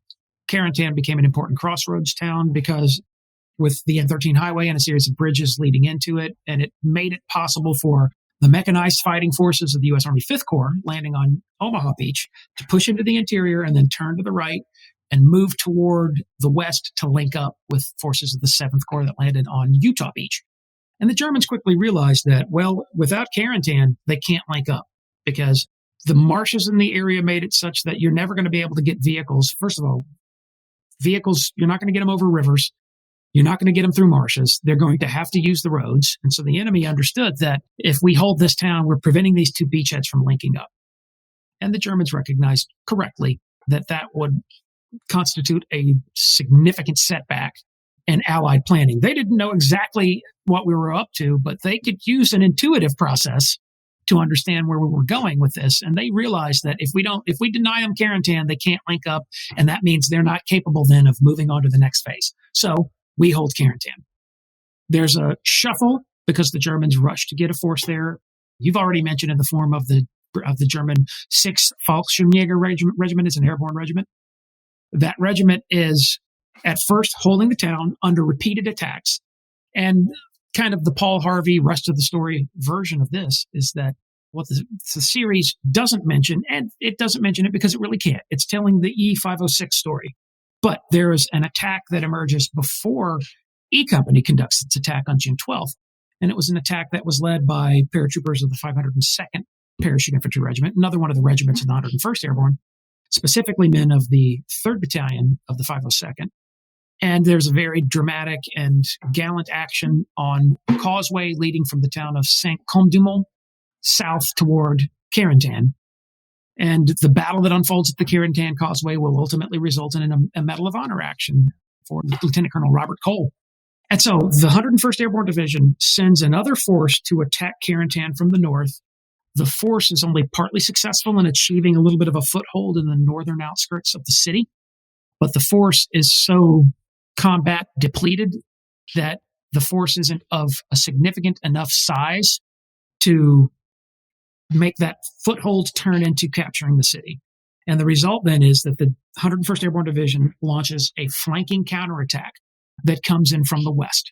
And that flanking counterattack is what we see so well depicted in that gritty sequence in episode 3, where the 2nd Battalion of the 506 is attacking, and they come under fire from machine guns on the second floor of a little cafe that I think it's called Café de Normandy, although there was not a cafe there at the time that had that name. But the filmmakers want to remind you that you're in Normandy, so they named the cafe that. I think we see something very important in that scene. You know, the scene I'm talking about where they're on the road coming in, that you can see the cafe at the end of the road, the enemy's firing at them. The men immediately do exactly what infantry always should do in the presence of enemy automatic weapons fire, and that is they should seek cover and concealment. And so the men hit the sides of the road. Winters realizes that he has to maintain momentum because they're committed at that point. They've committed to such an extent that it's no longer practical for them to withdraw or disengage. So they've engaged, and he has to push it through. And when you, in coming under fire from an enemy weapon like that, the instinct is you have a couple of options: call in artillery support, call in air support, or push in close and neutralize it. And at that point, Winters didn't have artillery support and he didn't have air support. So he was left really with, there's no option. You can't disengage and fall back, because if you do that, you're making it easy for the enemy to direct effective automatic weapons fire against you while you're trying to withdraw. And he realizes that there's not going to be any air support or artillery support. So that leaves what? One possibility that leaves attack and push in close to the gun. The closer you push into the gun, the more you are reducing its overall effectiveness. I know that sounds weird, but with a belt-fed automatic weapon, like in this case, they're depicting a German MG-42, the closer you get to the weapon, the harder it is for the gunner operating that weapon to engage a bigger target. Meaning the closer you get with an infantry company, the gunner is more and more directing fire at individuals rather than at groups of men. And if you force that gunner to begin engaging individuals, all you have done is make it quite easy to knock the weapon out, because the weapon will traverse around to engage an individual or maybe 2 or 3 of them. And that will open up the opportunity for someone else to direct effective fire. And you see that because one of the main characters runs in and throws a grenade in on this machine gun on the lower floor. And I'm mentioning all of this because here we see something powerfully important emerge. We've seen when Winters is dispatched by Lieutenant Colonel Strayer to capture the guns at Breakcore Manor, that's a direct order. Go in there and use your infantry officer skill to carry out this mission. Winters does it, and he carries that skill out. At Carentan, we're seeing something a little bit different. And what we're seeing is that Winters is maneuvering the company into a position to push into the town. They have a meeting engagement, as it's called, in that they're maneuvering into position, and although they may have expected the enemy to be there, they were slightly surprised by the fact that suddenly automatic weapons fire opens on them. And Winters, on the spot, has to make a decision, and he doesn't stop. He doesn't think about it. It's immediate. Everyone gets up. He's yelling and screaming, and at one point he's kicking men in the pants to get them to move in closer to the gun to maintain this momentum. And I think that's an extraordinarily important storytelling point, because later in the series, we're going to see a leader who, under circumstances almost identical, that leader collapses, falls apart, and becomes indecisive. And so the attack on Carentan is being used, again, to show that Dick Winters he's exceptionally gifted as a leader. And we see that powerfully so. And then he's there in the middle of the battle. The battle sequence is extremely exciting. and engaging, and we see Easy Company pushing these paratroopers out. As you correctly mentioned a few minutes ago, when the 6th Fallschirmjäger pulled out of the city, it wasn't a plan that, okay, we give up on Carentan, just let it go. There was a plan to come back. They were coming back. And it's just that those plans were not able to materialize because of the way that we fought them, and the way that the 101st Airborne Division fought them, and other units as well fought them very, very well. The plan had been that since the 6th Fallschirmjäger Regiment was only a regimental-sized force, it was being supplemented by elements of a newly arrived unit that had come up from 200 miles from the south, the 17th SS. And the 17th SS Panzergrenadier Division was moving into the area with some of its Aufklärungsabteilung, or its recon elements, had already moved up into the area immediately to the east of Carentan. And it had the makings of effectively a Waffen-SS divisional-sized attack to recapture Carentan. Now, that doesn't emerge eventually in the end, but that was what the Germans were planning, as you correctly already mentioned. And what we see after Easy Company has captured Carentan is we're seeing a part of the ongoing combat around the city, so that although the 101st Airborne Division has moved in, and by June 12th, they have seized the city of Carentan, it's not that like everything was over at that point, because we're seeing additional combat. We see, in fact, climactically, this scene that's built around a very important storytelling element. We see this scene with the Edelweiss and the counterattack at a place that's called Bloody Gulch. And just a quick word about that. We haven't mentioned the elephant in the room yet, and that is that this episode, to a significant extent, is featuring an individual named Albert Blythe.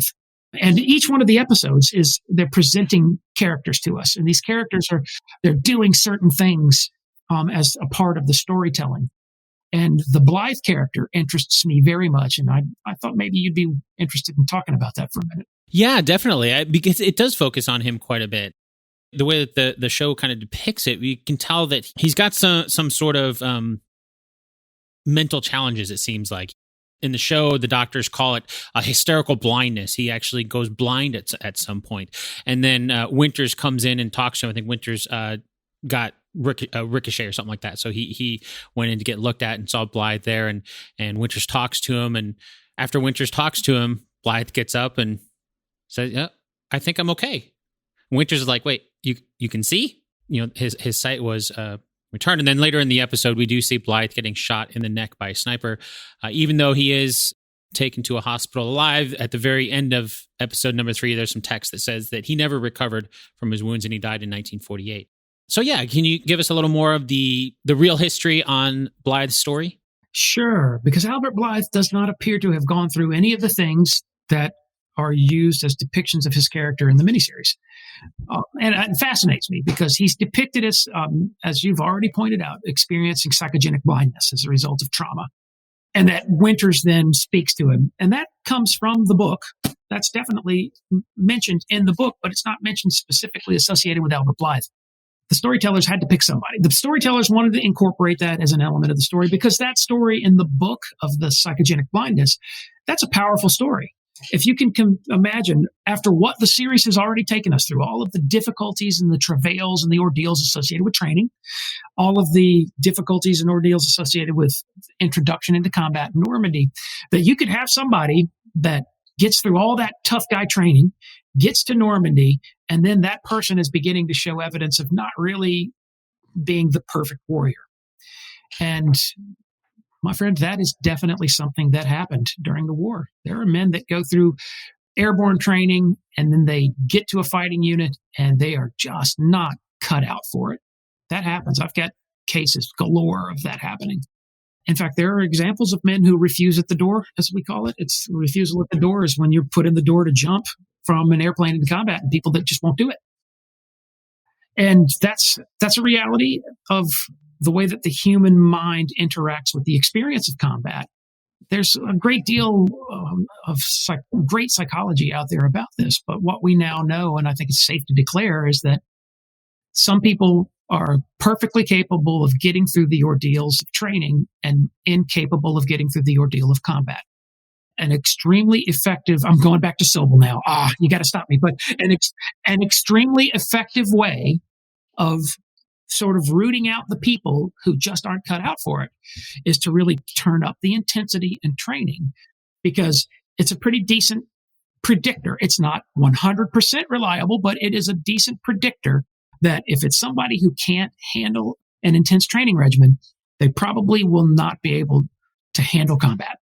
For that reason, there is purpose behind the types of training that we see depicted in episode 1. There's a purpose behind Sobel being a bit of a hard case, being tough on his men, that has a process of identifying who is ready for combat and who isn't. I mean, that's so paramount, because you can actually have men that get through all of that and then they get to combat and they don't do well. And that's a theme of something that actually happened time and time again with people who experienced combat in World War II, but that is definitely not something that Albert Blythe experienced.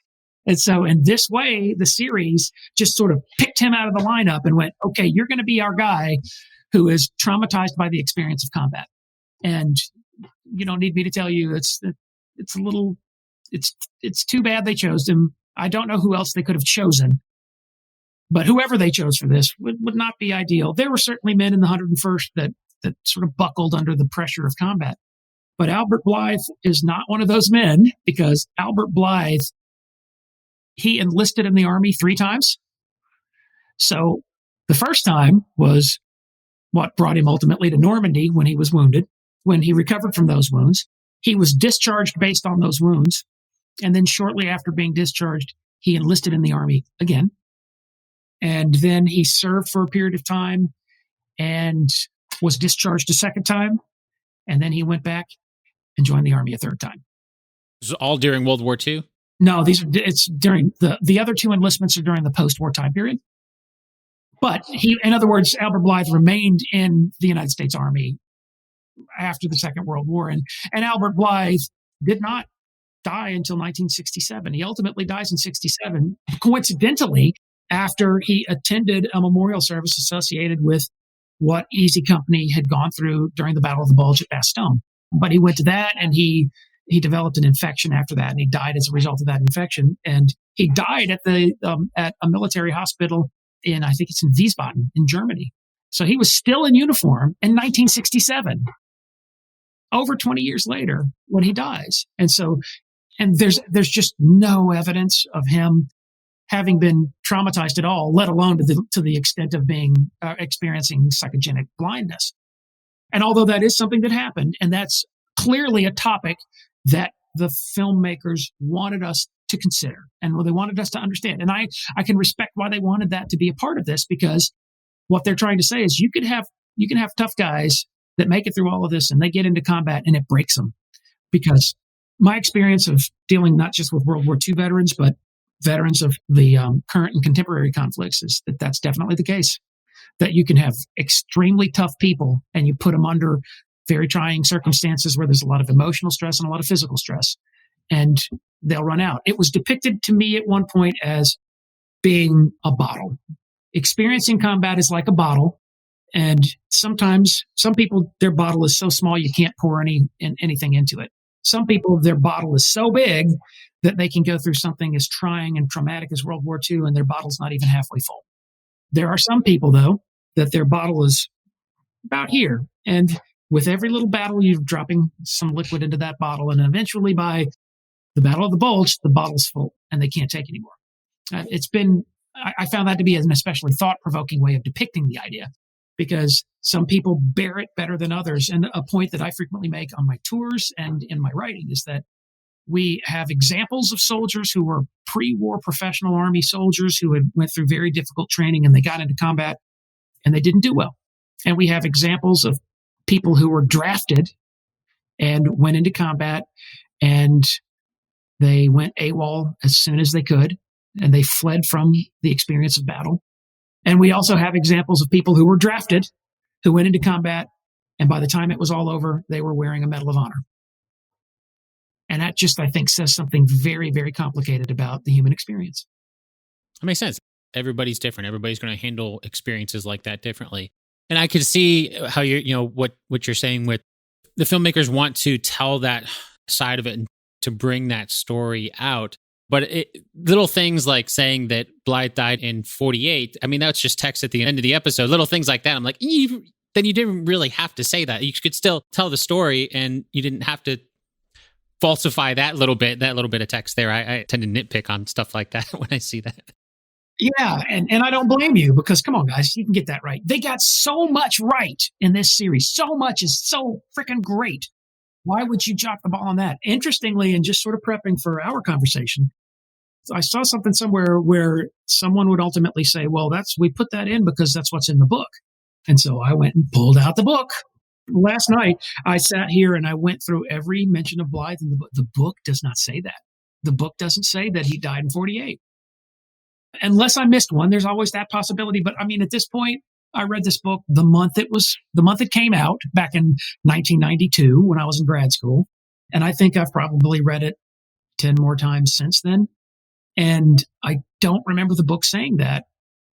Somebody claimed that it's in the book, and I don't find evidence of that. And so there's a possibility that I certainly can sympathize with. And that possibility is that you get to a point where a production is so big and you're trying to manage it with a certain set of people. You reach a point where you can't solve problems simply by just pulling more people in, because to pull somebody in from the outside, they're going to be less familiar. They might not be able to make a positive contribution to the production. And it's under those circumstances. That's why the pre-production is so critical. When you're in the pre-production phase, when you're trying to go, all right, we got to make 10 hours of television, and we're going to need uniforms and weapons, and we're going to have airplanes in this thing, and we're going to have big stars, and we're going to have unknown actors, and we have to have, like, there are a couple scenes in there where there are more than 100 extras in a shot. And just that blows my mind, trying to coordinate that sort of thing. And you have to sit down and imagine a time period when in a year from now, we're going to be filming this shot on location with 100 extras. All right, let's do all that planning right now. And that's a tall task. And really, there's nothing that can prepare you for that completely. And one point that I think that I've heard this certainly in the little chintzy TV productions I've been involved with. And I guess I can say this for video games too, but I've been told at the beginning, like, we're going to make mistakes. We're going to try to not make any. We're going to do our best not to make any, but we're going to make mistakes. And for Band of Brothers to have made this specific mistake, it's weird. It's hard for me to understand. I'm not entirely comfortable with it. And I get it. And it, for me, takes nothing away from the overall power of the series. Moving on through to the next episode, we're at episode number 4. This is Replacements, and we have new soldiers arriving to replace the men that Easy Company has lost since D-Day. And throughout the entire episode, we get the sense that the battle-hardened men in Easy Company don't like the replacements.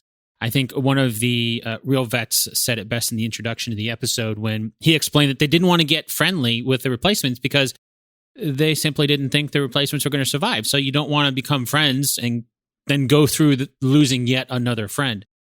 Was that really the relationship and what it was like between the D-Day vets and the replacements that joined Easy Company later on? I don't think so. And I'll tell you why. Although you do find a little bit of evidence in the book, and you find some evidence certainly in the personal accounts that were submitted in the interviews that Dr. Ambrose conducted with the veterans from Easy Company. You find a little bit of some hints that maybe there was a little bit of hostility toward replacements, but I believe that is also something that the series greatly exaggerates. And there's one thing that I feel like we have to mention, and that is that there is a theatricality to this whole thing of, so you newcomers, welcome aboard. I'm in charge. You people need to look sharp, and we're tough, and you guys are going to have to be tough like us. That there's a little bit of theater associated with that, and that you don't want to present this terribly warm and approachable front to new people, because you want to establish, let's face it, militaries, after all, are nothing but hierarchies. And when people enter the hierarchy at the lowest level, you frequently remind them of that. That has certainly been the experience of my professional life in the working world. And I would say, too, that, although I'm talking about a different regiment and a different division, I do feel like I could say something knowledgeable and informed on this subject, because I did write a book about an airborne regiment that fought in Normandy.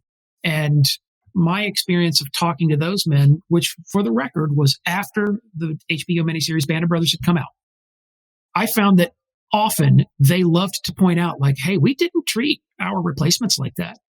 We were very warm and very friendly. And in fact, as a part of writing my book on the 507th, I talked not just with the plank owner, their equivalent of the Toccoa men that had been with the regiment since the moment that it was formed, the old timers that had been through Normandy, and then they're fighting during the Battle of the Bulge and they get replacements. I talked to the replacements as well, and the replacements would go out of their way to tell me, "Hey, it wasn't like in that HBO miniseries at all. These guys were wonderful to me."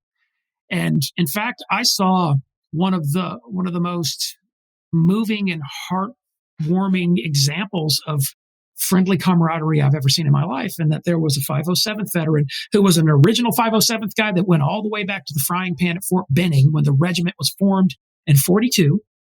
And he was a radio operator, and he was hit on the drop zone during Operation Varsity in March of 1945. And when he got hit, there was one of their replacements, a replacement that had been sent to the 507th after the Battle of the Bulge, a replacement that had only been in that regiment for about a month. And this old-timer radio operator gets hit, and this replacement ran up there, getting shot at the whole time, picked him up and carried him out. And both of those men survived the war long enough for me to know them both and to interact with them. And there was a relationship there like no relationship I've ever seen in my life. And I can imagine that there's nothing that can compare to that experience, where you're with a person who saved your life. The man's name was Bob. Bob's life should have ended in a ditch along the side of the drop zone near Wesel in Germany. But this kid named Dick Carr ran up, picked him up, and carried him out and saved his life. And he lived to old age, to such old age that his life overlapped with mine, and I told the story. And so that's why in preparing for this, I had a feeling we'd talk about this issue of replacements. And I feel like for the purposes of making an interesting film, that what the series did was it took the theatrics, where I don't think necessarily that, and you even see it to an extent, you see like the Garnier character at times is presenting this very gruff outer appearance, and he's a little hard on the replacements. And let's be honest, it's theater. It was sergeants acting a certain way in front of the new guys to teach them something, to reinforce ideas associated with military hierarchies. And I don't believe that there was a unique experience in the 506th where they were mean to their replacements. I think it was all theatrics, and that the miniseries saw those theatrics and made a bit more out of them than the miniseries maybe should have. Okay. Yeah, we do see it. There are quite a few examples throughout this entire episode where you see that, even to the point, I think James McAvoy's character, I remember his name, where he's wearing the... He's Miller. He's James Miller. Yeah, he's wearing like the pin that they got for D-Day. He's like, wait, you weren't there.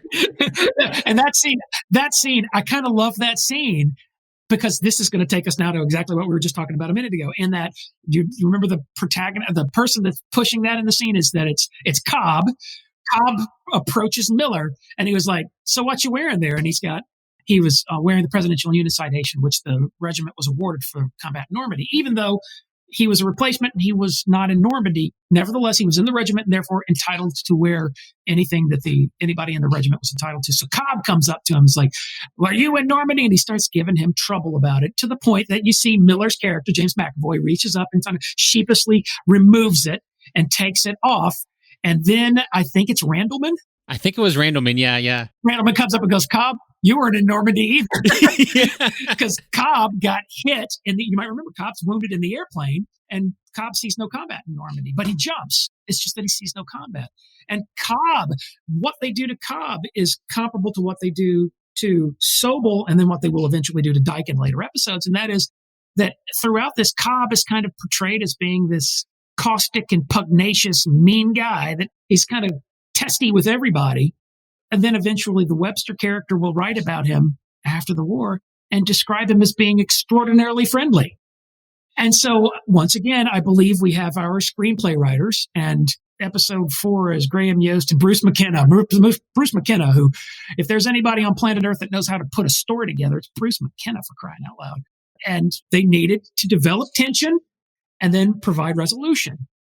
Just in that one little vignette, look at the master. What we're seeing here is a master's class in screenplay writing, because what we're seeing is that you need tension, and the tension comes from Cobb going, "Hey, why are you wearing the distinguished unit citation?" Then McAvoy takes it away, and there's a little moment of shame and awkwardness and difficulty. Then what happens? Randleman goes, "Cobb, you weren't in Normandy either," kind of like resolving the issue of like, leave these young guys alone. So as much as we like to focus on the Cobb side of that interaction, what's the payoff in that scene? It's the Randleman interaction. You weren't in Normandy either. Stop it. But he waited until Miller left, right? So as far as Miller was concerned, he didn't get that kind of resolution, which I think kept that conflict going throughout further in the episode. As far as Miller was concerned, I thought that was interesting that Randleman waited for that. It's like, okay, yeah, you weren't there either, but I'm not going to say that in front of the replacement to keep that conflict between the old guys and the new guys. Keeping up appearances. And I can see why that's useful when you're in a position of hierarchy as a senior NCO, like Randleman was, and you have old timers that were with you in combat in Normandy, and you have new guys that are fresh off the boat, and you have to maintain that hierarchy. Can you imagine I can't wrap my head around what it must be like to be a little bit older and wiser, and you have to manage 19 and 20-year-old boys who have become paratroopers, and with all of the testosterone associated with that. And I think there's really only one way to manage that, and that is to maintain order and discipline. And an insurance toward maintaining the good order and discipline is to, at all times, kind of being level-headed and even-keeled and allowing moments like that to unfold and not publicly shaming somebody else, like Randleman certainly could have done to Cobb. So I could see why why that would be important to the senior NCO, because when you're an NCO, suddenly you're in a different world. You're not just one of the guys anymore. You have responsibilities. And although your level of responsibilities may not reach up to the higher level that the officers have, you still have to see to the troops and take care of and manage soldier drama. And that was a great example of it in the way that it was depicted there in that scene. I think it just sets us up for what we're going to be seeing, certainly what develops with the Miller character and the Cobb character in the next episode, where one gets killed and one almost gets killed. Next one. Yeah, well, speaking of, we're still in episode 4, and kind of the backdrop to this episode is Operation Market Garden. According to the way the show explains it, the job for the airborne is to liberate Eindhoven in Holland and then wait for the tanks there. It's a plan of General Montgomery, so they're under command of the British. Everybody kind of groans when they hear that. And but if this works, then they'll be able to push the Germans back over the Rhine, back into Germany, and the idea is to get the war to end by Christmas. Then, of course, at the end of the episode, we find out that Operation Market Garden was a failure. So how well did the show do depicting Operation Market Garden? I think the show provided such a powerfully effective depiction of Market Garden that it meaningfully changed the way that people understand it. When I was a lot younger, when I was a kid, there was this movie that came out that I know you've seen called A Bridge Too Far. And Bridge Too Far changed my life. It remains to this day my favorite World War II movie. And it's got problems. Maybe we can talk about those one day. But it's got a lot of problems, and I still absolutely love that movie. I think it represents some excellence in filmmaking. And it basically was the benchmark until Band of Brothers came out. The way that Band of Brothers spends time in the Netherlands during Market Garden, I feel like I have a unique and fascinating perspective on it, because I remember what the world was like before Band of Brothers. And I remember how you basically had World War II enthusiasts like me and, other older people that paid attention to such things. And everyone else largely just didn't really pay attention to Market Garden. And then Band of Brothers came out, and Band of Brothers brought focus to that by spending a lot of time in the Netherlands during 2 episodes. And I've watched the way that all of these people who were born long after I was, I have even watched people who were born after Band of Brothers came out, grew to young adulthood, watched it, and fell in love with the subject and have begun reading about it. I've watched these Market Garden episodes reach people in the United States, people in Belgium, people in the Netherlands, of course, because I have friends in the Netherlands that will go to places like the Crossroads site. And to them, that's hallowed ground. And they have the personal attachment of the association of that with their country's liberation from German occupation. I also had this weird experience in that the last time I stood at Crossroads, which we'll cover here shortly, but the last time I was there, I had a couple of clients in my tour business. And I took these two clients to Crossroads, and I'm standing there telling the story. And a young guy who was about 19 years old and his girlfriend walked up, and they started listening. And I could see them in the background. They're hanging on every word that I'm saying. And when I got finished telling the story, the young guy wanted to ask me a couple of questions about where things happened specifically. And I immediately noticed that he was German. And so I started talking to him and his girlfriend. And it was just this extremely young German couple. And they were both interested in Band of Brothers. And they had come to the Netherlands to walk the ground where Easy Company had walked. And I thought to myself in that moment, like, holy, and this just happened in 2019.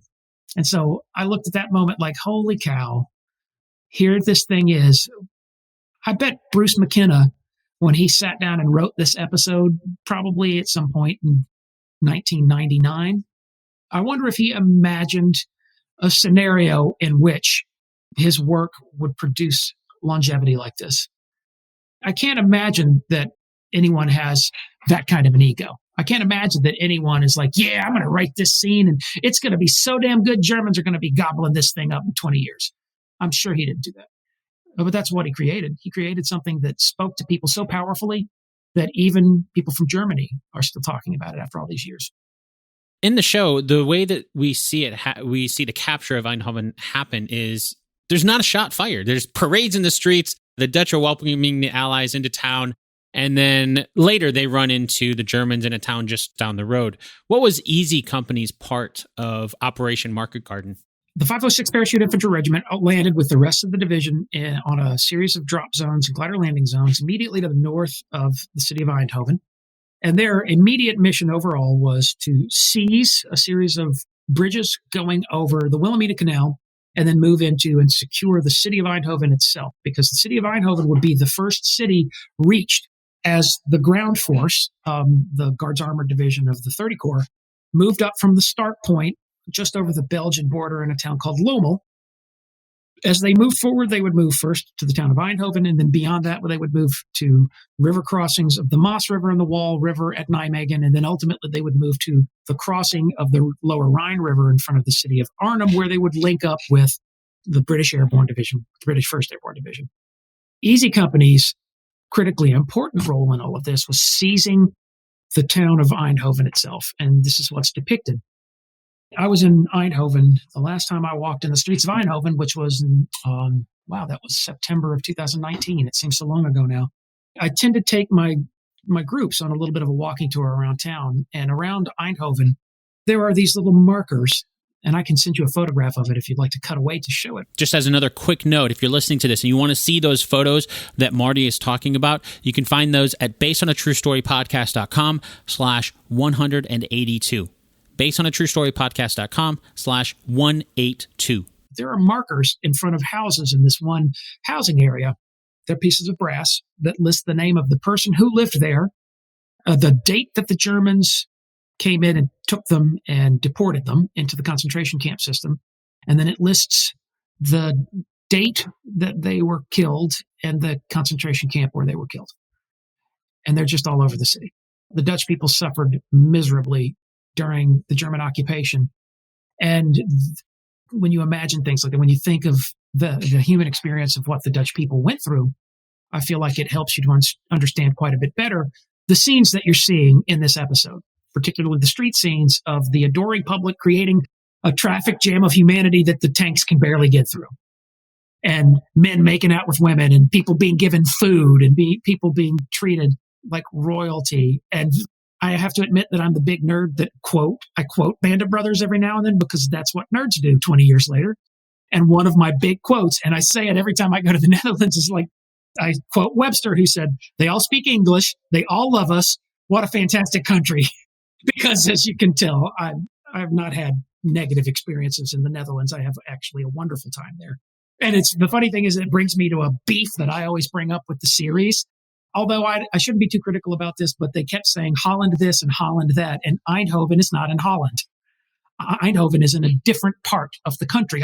Holland is in North Holland and the South Holland, and they're oriented toward the coastal side of the Netherlands, and Eindhoven is not in that section. But still, everybody just calls it Holland. And when I try to point this out to people, they often look at me like, what? Why? And I just let it go and just go, okay. That's probably why they did it in series. Like, we're not going to explain all the geography. We're just going to let it go.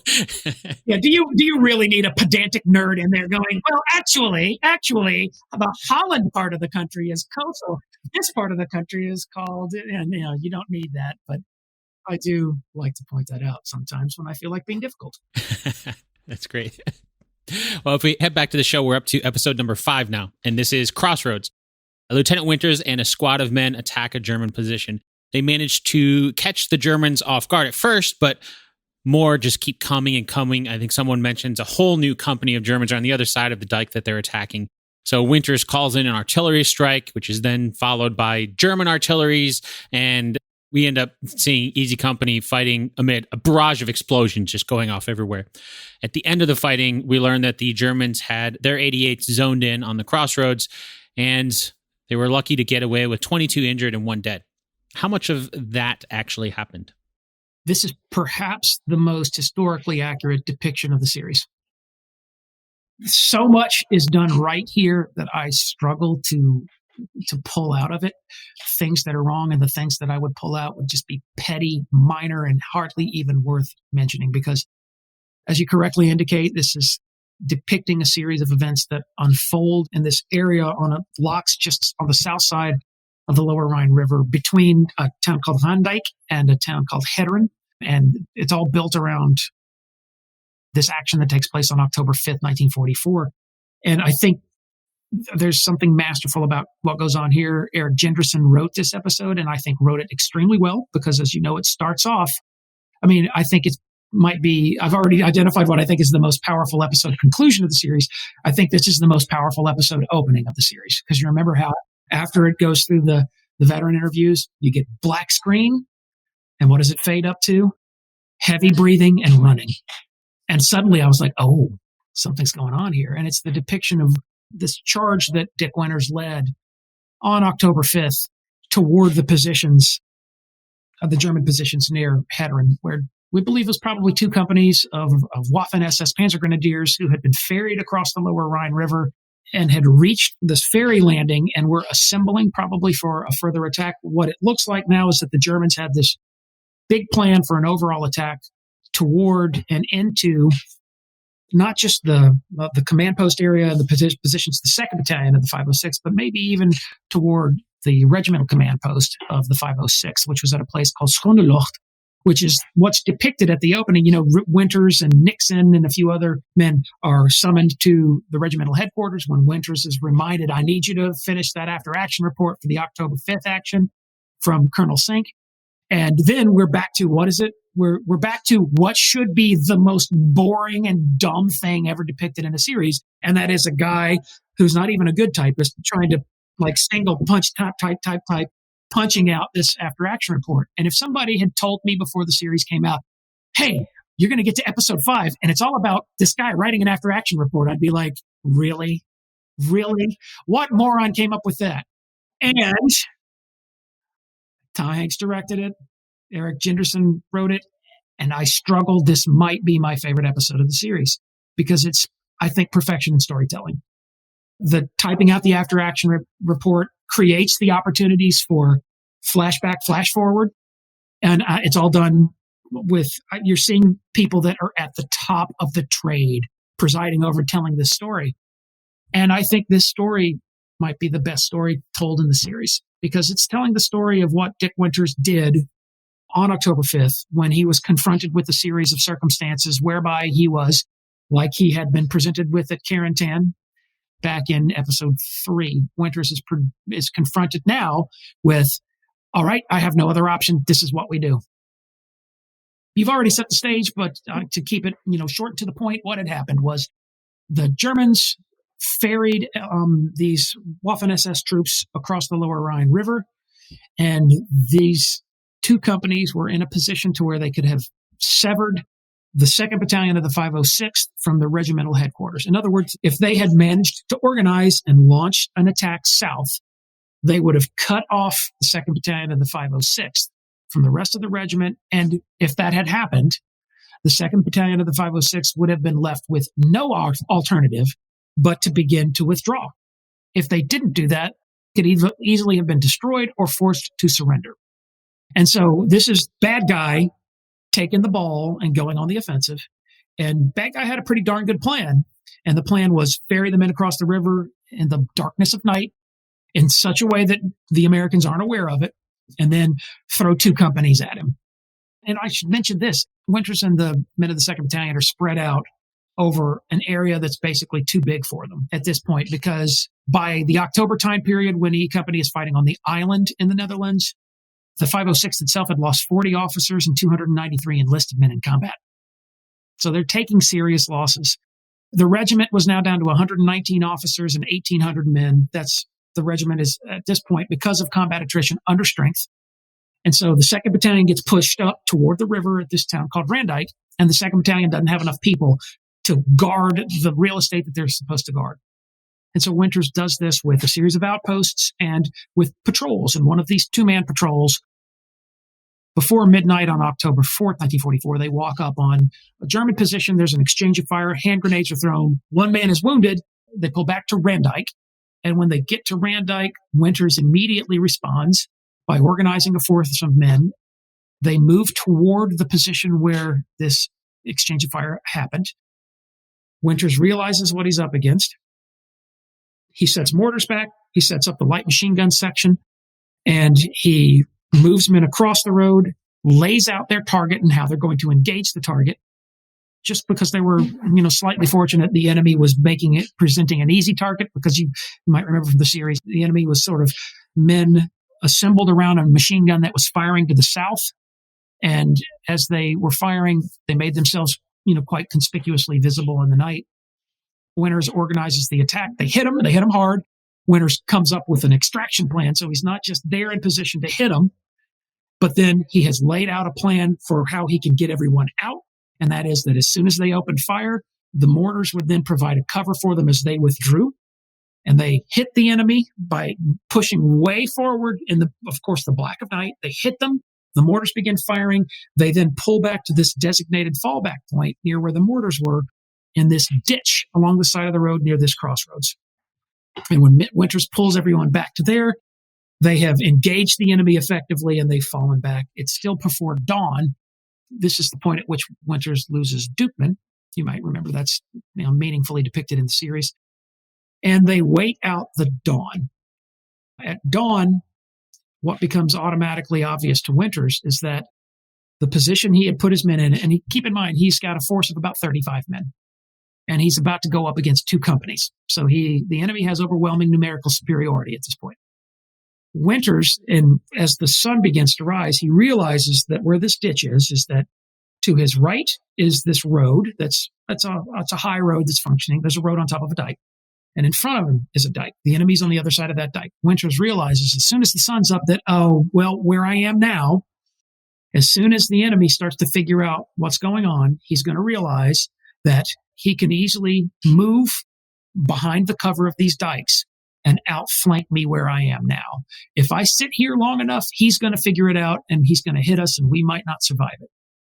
And Winters realizes in a way that's similar to what he realized at Carentan back on June 12th. He realizes that I don't have time to think about this. There's no other option. I can't fall back. I have to attack. I have to attack now, which is the point at which he issues the order, the one order that nobody ever wants to hear, and that is fix bayonets. And as I think I feel like the series depicts in such a good way. I mean, they even capture tension of the men as they're putting their bayonets on their M1 rifles and they're getting ready. And they depict Winters pull out an M18 smoke grenade and he gets ready and he's looking at everybody. Everybody, they don't look scared, which I think it would have been easy. The lesser director, because let's keep in mind who directed this episode, Tom Hanks. The lesser director would have been like, I want you to look scared.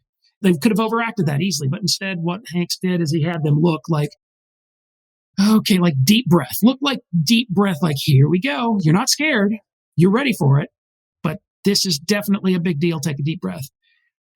And then there's a confusion about the cue immediately, and that is that the attack is supposed to begin with Winters throwing smoke to cover their advance. That's basically textbook Fort Benning infantry officer school, but that's still a pretty smart thing. It shows you that he's thinking that he's going to use smoke to cover them as they advance, so that if the enemy does have observation on them, the enemy won't be able to see them the entire time and direct accurate and effective fire on them. And so Winters throws smoke and then immediately begins running. The other men hesitate because they were told, wait for the smoke.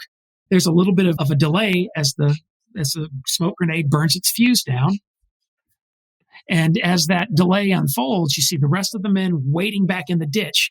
And what this does is it produces the situation where Dick Winters is all alone running across this field, and he runs up on the dike, and there sits an entire company of Waffen-SS Panzer Grenadiers. And, his big moment of truth for, I think, the entire series.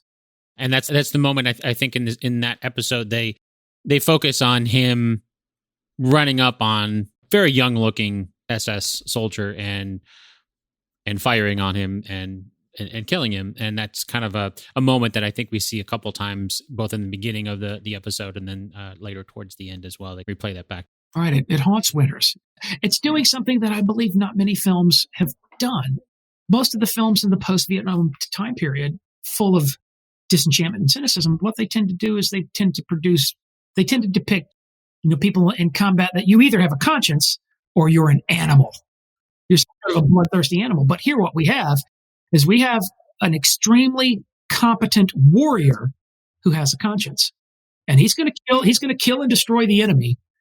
But then his conscience will remind him of that person that he killed. And that's why I find it, you would think that it would be the boring part of the episode when Dick Winters takes the pass and goes to Paris, and he awkwardly he basically suffers through this awkward experience in Paris, and he doesn't enjoy it. He's a little bit haunted by this very young kid. And a reality of what the Waffen-SS was experiencing at this point of the war is that as a result of the combat attrition associated with the Normandy campaign, not even mentioning what is happening on the Eastern Front, but as a result of the Eastern Front, the Normandy campaign, and then the withdrawal to the Siegfried Line, the Waffen-SS has experienced heavy attrition. And the way that the Waffen-SS dealt with that attrition was that they added people to the ranks. And the German military was beginning to run low on recruiting age males. And the result was that more younger and younger recruiting aged males are ending up in these Waffen-SS units. And that's depicted here, which I think it's presented in a thought-provoking way, where we're led to have that conversation about, he's in the SS, so we're not supposed to feel sorry about Waffen-SS troops getting killed, but he's so young. How can he be thoroughly politicized to the extent that he's dangerous? But you know what? I feel like, although it's not said, I find myself reading my own conversation with this story into it by going, Winters has no choice. This ideology, the ideology that created this abyss that he's fighting his way through, that ideology, it's more important for that ideology to be brought to an end than it is for him to allow his conscience to resist killing a young person. And I find it fascinating to contemplate these ideas. And I'm so thankful that they made this series so that I could have these conversations. And I had them 20 years ago. And I'm so thankful that we're still here 20 years later talking about these issues, because these issues are too important to let them just dissolve into oblivion. Something that you did mention was the attrition, not only on the German side, but also in Easy Company as well. And we kind of see this towards the end of episode number 5, as we see a change in leadership. We see Winters gets promoted to captain. He takes command of the battalion, and taking his place leading Easy Company is Lieutenant Hayliger. But then he ends up getting shot by an American sentry who misidentified him in the dark. And that leaves Easy under the command of someone named Lieutenant Dyke. And we'll learn more about his leadership, or lack thereof, as the episode will show later on in a future discussion as we look at Band of Brothers. But as we start to wrap up this discussion here, we're leaving Easy Company as they're about to enter Bastogne. And according to the show, they are at 65% strength and under command of Lieutenant Dyke. Is that a pretty good summary of the position that Easy Company is in right before they're entering Bastogne? It is, because in the aftermath of Operation Market Garden, when they were finally withdrawn from the Netherlands and withdrawn from combat, they go into effectively a garrison experience, which is well depicted in the series, where you're seeing some of the men engaging in these complicated close order drill scenarios in this company area, which look kind of cool. It's kind of a nice thing to see in the series. Even though marching and, remaining in step is not something that's really important for combat, you're seeing that although they're in garrison, they're still training. And through the vehicle of men watching movies and men taking trips back to Paris, we're beginning to get this idea of, okay, Easy's out of trouble now, that maybe the immediate threat of combat and death, violent death in World War II combat, maybe that's gone.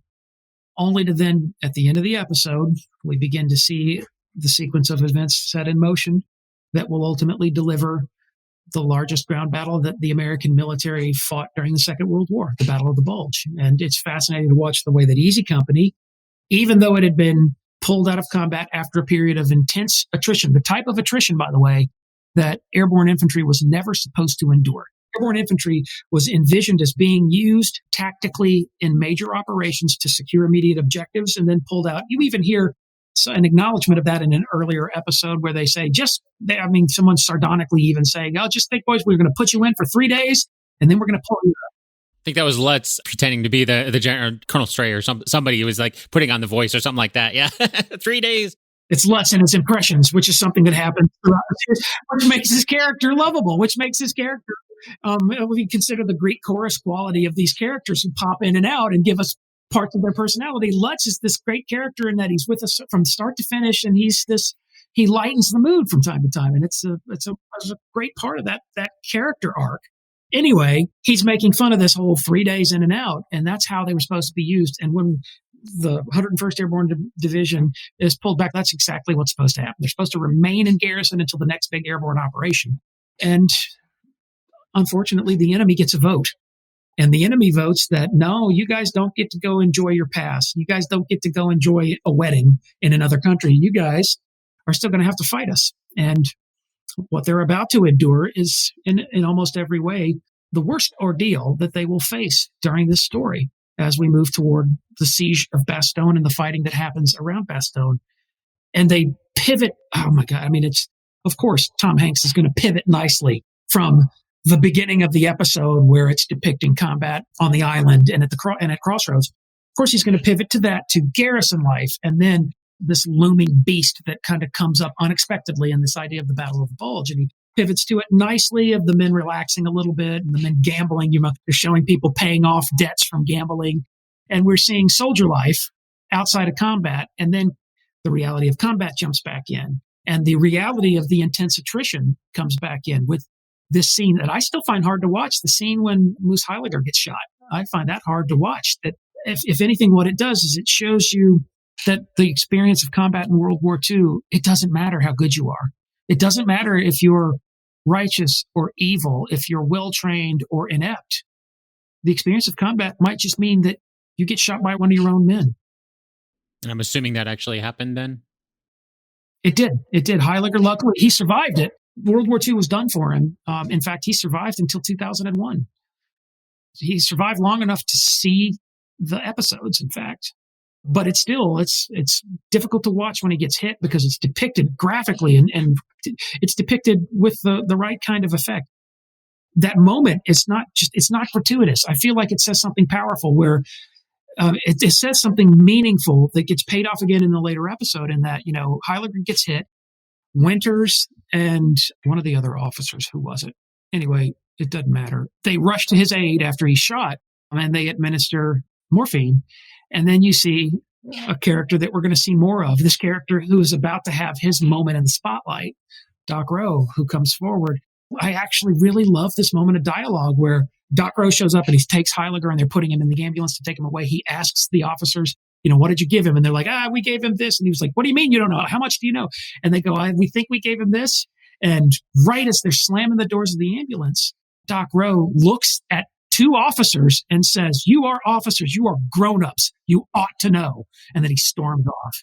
And I thought, damn, Doc Rowe just got real. And you know what? That's something that, I don't know. I think only the medic could get away with that. Only the medic could get away with pushing back against the hierarchy and scolding two officers when, truth be told, they deserved to be scolded. They needed to be scolded. You're officers. You're grown-ups and you need to pay attention. And in this way, there's a coda to that moment. There's a coda to the episode right there that I find to be so powerful because we're seeing not just triumph. It's not a typical war movie. It's not just we're winning and we're killing the enemy. And then every now and then you have to be sad because one of the friends died. It's something that's intellectually deeper than that. And that's, I think, the reason why that scene still affects me and why the series still affects me. And I just love that whole coda that gets paid off in this episode. Because, Garnier he comes back to the regiment and there's this awkward scene, which I think is magnificent. There's this loaded quality of the scene when by now Winters is operational officer for the battalion. He's 2nd Battalion Ops officer. And he's got an office and he won't sit down behind his desk. And they're in there kind of holding court with Winters in his office. And Garnier returns to the unit. And there's this awkward interaction with him where Garnier has, he has a letter about Heiliger. He's got a letter for Heiliger. He's got a letter about him. And he says something about Heiliger. And you can see that there's the two officers kind of glance at each other awkwardly like, yeah, that issue. Oh boy. It's partly that they're relieved that he's alive still, and then partly like they felt to blame for it. I feel like there's something there that you just don't see in motion pictures anymore. There's subtlety there, and it's so rich you can almost carve it with a knife. And those two actors are so freaking good that all it takes is just them shooting a glance at each other, and it speaks so much about their characters and what they've been through and what they have yet to go through. And I just love the fact that you get such good writing and such good characters, because I'm often asked, when is the next series going to come out like this? And I don't think we're ever going to see a series like this again. I guess I still struggle to understand what all the emotions were, but I just know that there's something big and powerful there that I still feel when I go back and I watch this series. And I'm kind of thankful that you invited me to be here, because it gave me this opportunity to watch the series again in the post-Game of Thrones era. Because, and I know this is now the third time I've mentioned Game of Thrones, and I'm mentioning it for a reason that I'm sure you figured out by now. Look at the series that we can recognize as being massive successes. Band of Brothers was a massive success for HBO. And then there was Game of Thrones. And when I watched Game of Thrones, I remember thinking, I haven't felt like this since Band of Brothers. I remember going, I haven't cared about characters like this since Band of Brothers. And we all know how Game of Thrones ended. And Band of Brothers didn't leave us like that. Thank you again so much for coming on and chat about Band of Brothers. And we've only talked about episodes 1 through 5 today, so we will be back to continue the series. But until then, you do have a show on the Science Channel that everyone can check out. So can you share some more about that? Yeah, I appear on a show that's called What on Earth. It's on the Science Channel. And in What on Earth, what we do is we investigate oddities that can be seen from space. So satellites look down at the planet Earth, pick out strange things. And it used to be that they sent me to investigate these strange things all over the world. And in recent production, they have only sent me to things within driving distance of New Orleans, where I live. But we're still making the show, and we have an entire new season that's due to premiere soon. And if you ever get a chance to tune in, I believe we're still on a Tuesday night broadcast slot if you're watching on broadcast cable. But then they also put them on the internet as well. So be sure to check out What on Earth. Cool. I'll make sure to check that out. Thanks again so much for your time. Dan, thank you so much for inviting me to be a part of the conversation.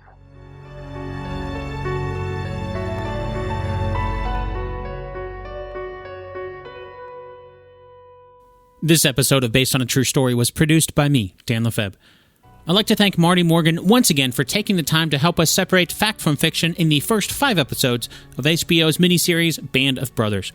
If you want to get a visual look at the history of what happened on the beaches of Normandy on June 6, 1944, go grab a copy of Marty's book called D-Day, A Photographic History of the Normandy Invasion. In fact, Marty was kind enough to share some of the photographs that we talked about in this episode, like the recon photo of Breakcore Manor that was taken on D-Day. You can find that and a link to more of Marty's work on the show's home on the web, based on truestorypodcast.com. Okay, now it's time for the answer to our 2 truths and a lie game from the beginning of the episode. And as a refresher, here are the 2 truths and 1 lie. Number 1, Albert Blythe was shot and killed by a German sniper in Normandy. Number 2, Heiliger really was shot by one of his own men. Number 3, for the most part, the 101st Airborne hit their drop zones on D-Day. Did you find out which one is a lie?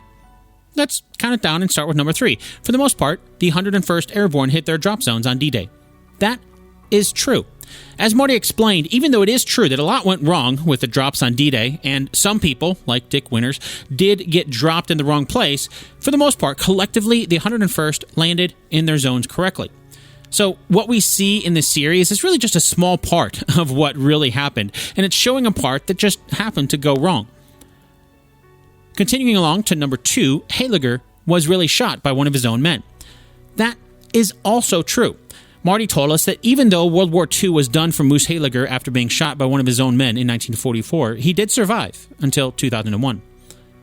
That means the lie is number 1. Albert Blythe was shot and killed by a German sniper in Normandy.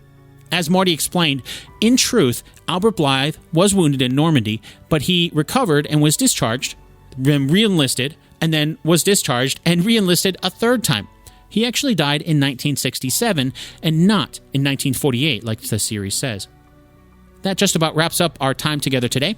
Before we go, the last thing I like to do on each episode is to share how much time and effort went into creating this episode. I know that's not a lot of information that podcasts usually share, but that's actually one reason why I want to share this information, because when I was talking to someone the other day and talking about the podcast, and they were really surprised at how long it actually takes to create a podcast. People listen to podcasts all the time, but they don't really realize how much production it takes to create what they listen to. So I figure maybe if you find out more about how much time and money goes into creating a podcast like mine, then maybe you'll start to appreciate all of the podcasts you listen to for free just a little bit more. With that said, today's episode took a total of 44 hours to create and cost $9.13 in out-of-pocket expenses. As I always do, I want to make it clear that time and cost is only my time for this one episode. In other words, that 44 hours does not include my guest's time researching the subject matter we talked about. It also does not include the time it takes for me to do podcast-related things that are not a part of producing this one episode. For example, the time it takes to maintain the Based on a True Story website, social media, email newsletter, and all those other things outside creating a podcast episode that are still required to make an overall show. Similarly, on the expenses side, that $9.13 is just for things specifically for this one episode. It does not include all the podcast-related expenses that go beyond making a single episode. For example, the cost of the microphone I'm talking into right now, the cables that are plugged into the microphone to connect to the audio interface that goes into the computer, the software, none of that is free. It all costs money. And then, of course, there's the podcast and website hosting costs. On average, that can cost about a few $100s a month in out-of-pocket expenses, and it takes time to set up and maintain all of those things, and all of that goes beyond things that are associated with this one episode, so they're not included in that time and cost, but they are still things that are required, because if I didn't pay for those things or do those things, then there would not be any episodes of Based on a True Story at all. In a nutshell, this podcast may be free to listen to, but it is not free to create. And that's why I'm so thankful for these sponsors whose ads you've heard on this episode. You can find more information about them over at basedonatruestorypodcast.com/advertisers. But they're not the only ones helping to keep the show alive. There are wonderful people just like you who are helping to keep the show financially going.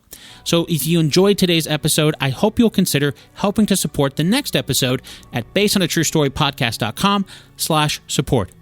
As a bonus, you'll get access to the producer's feed, which, as of this recording, has over 65 exclusive minisodes, as well as ad-free versions of the regular episodes like this one.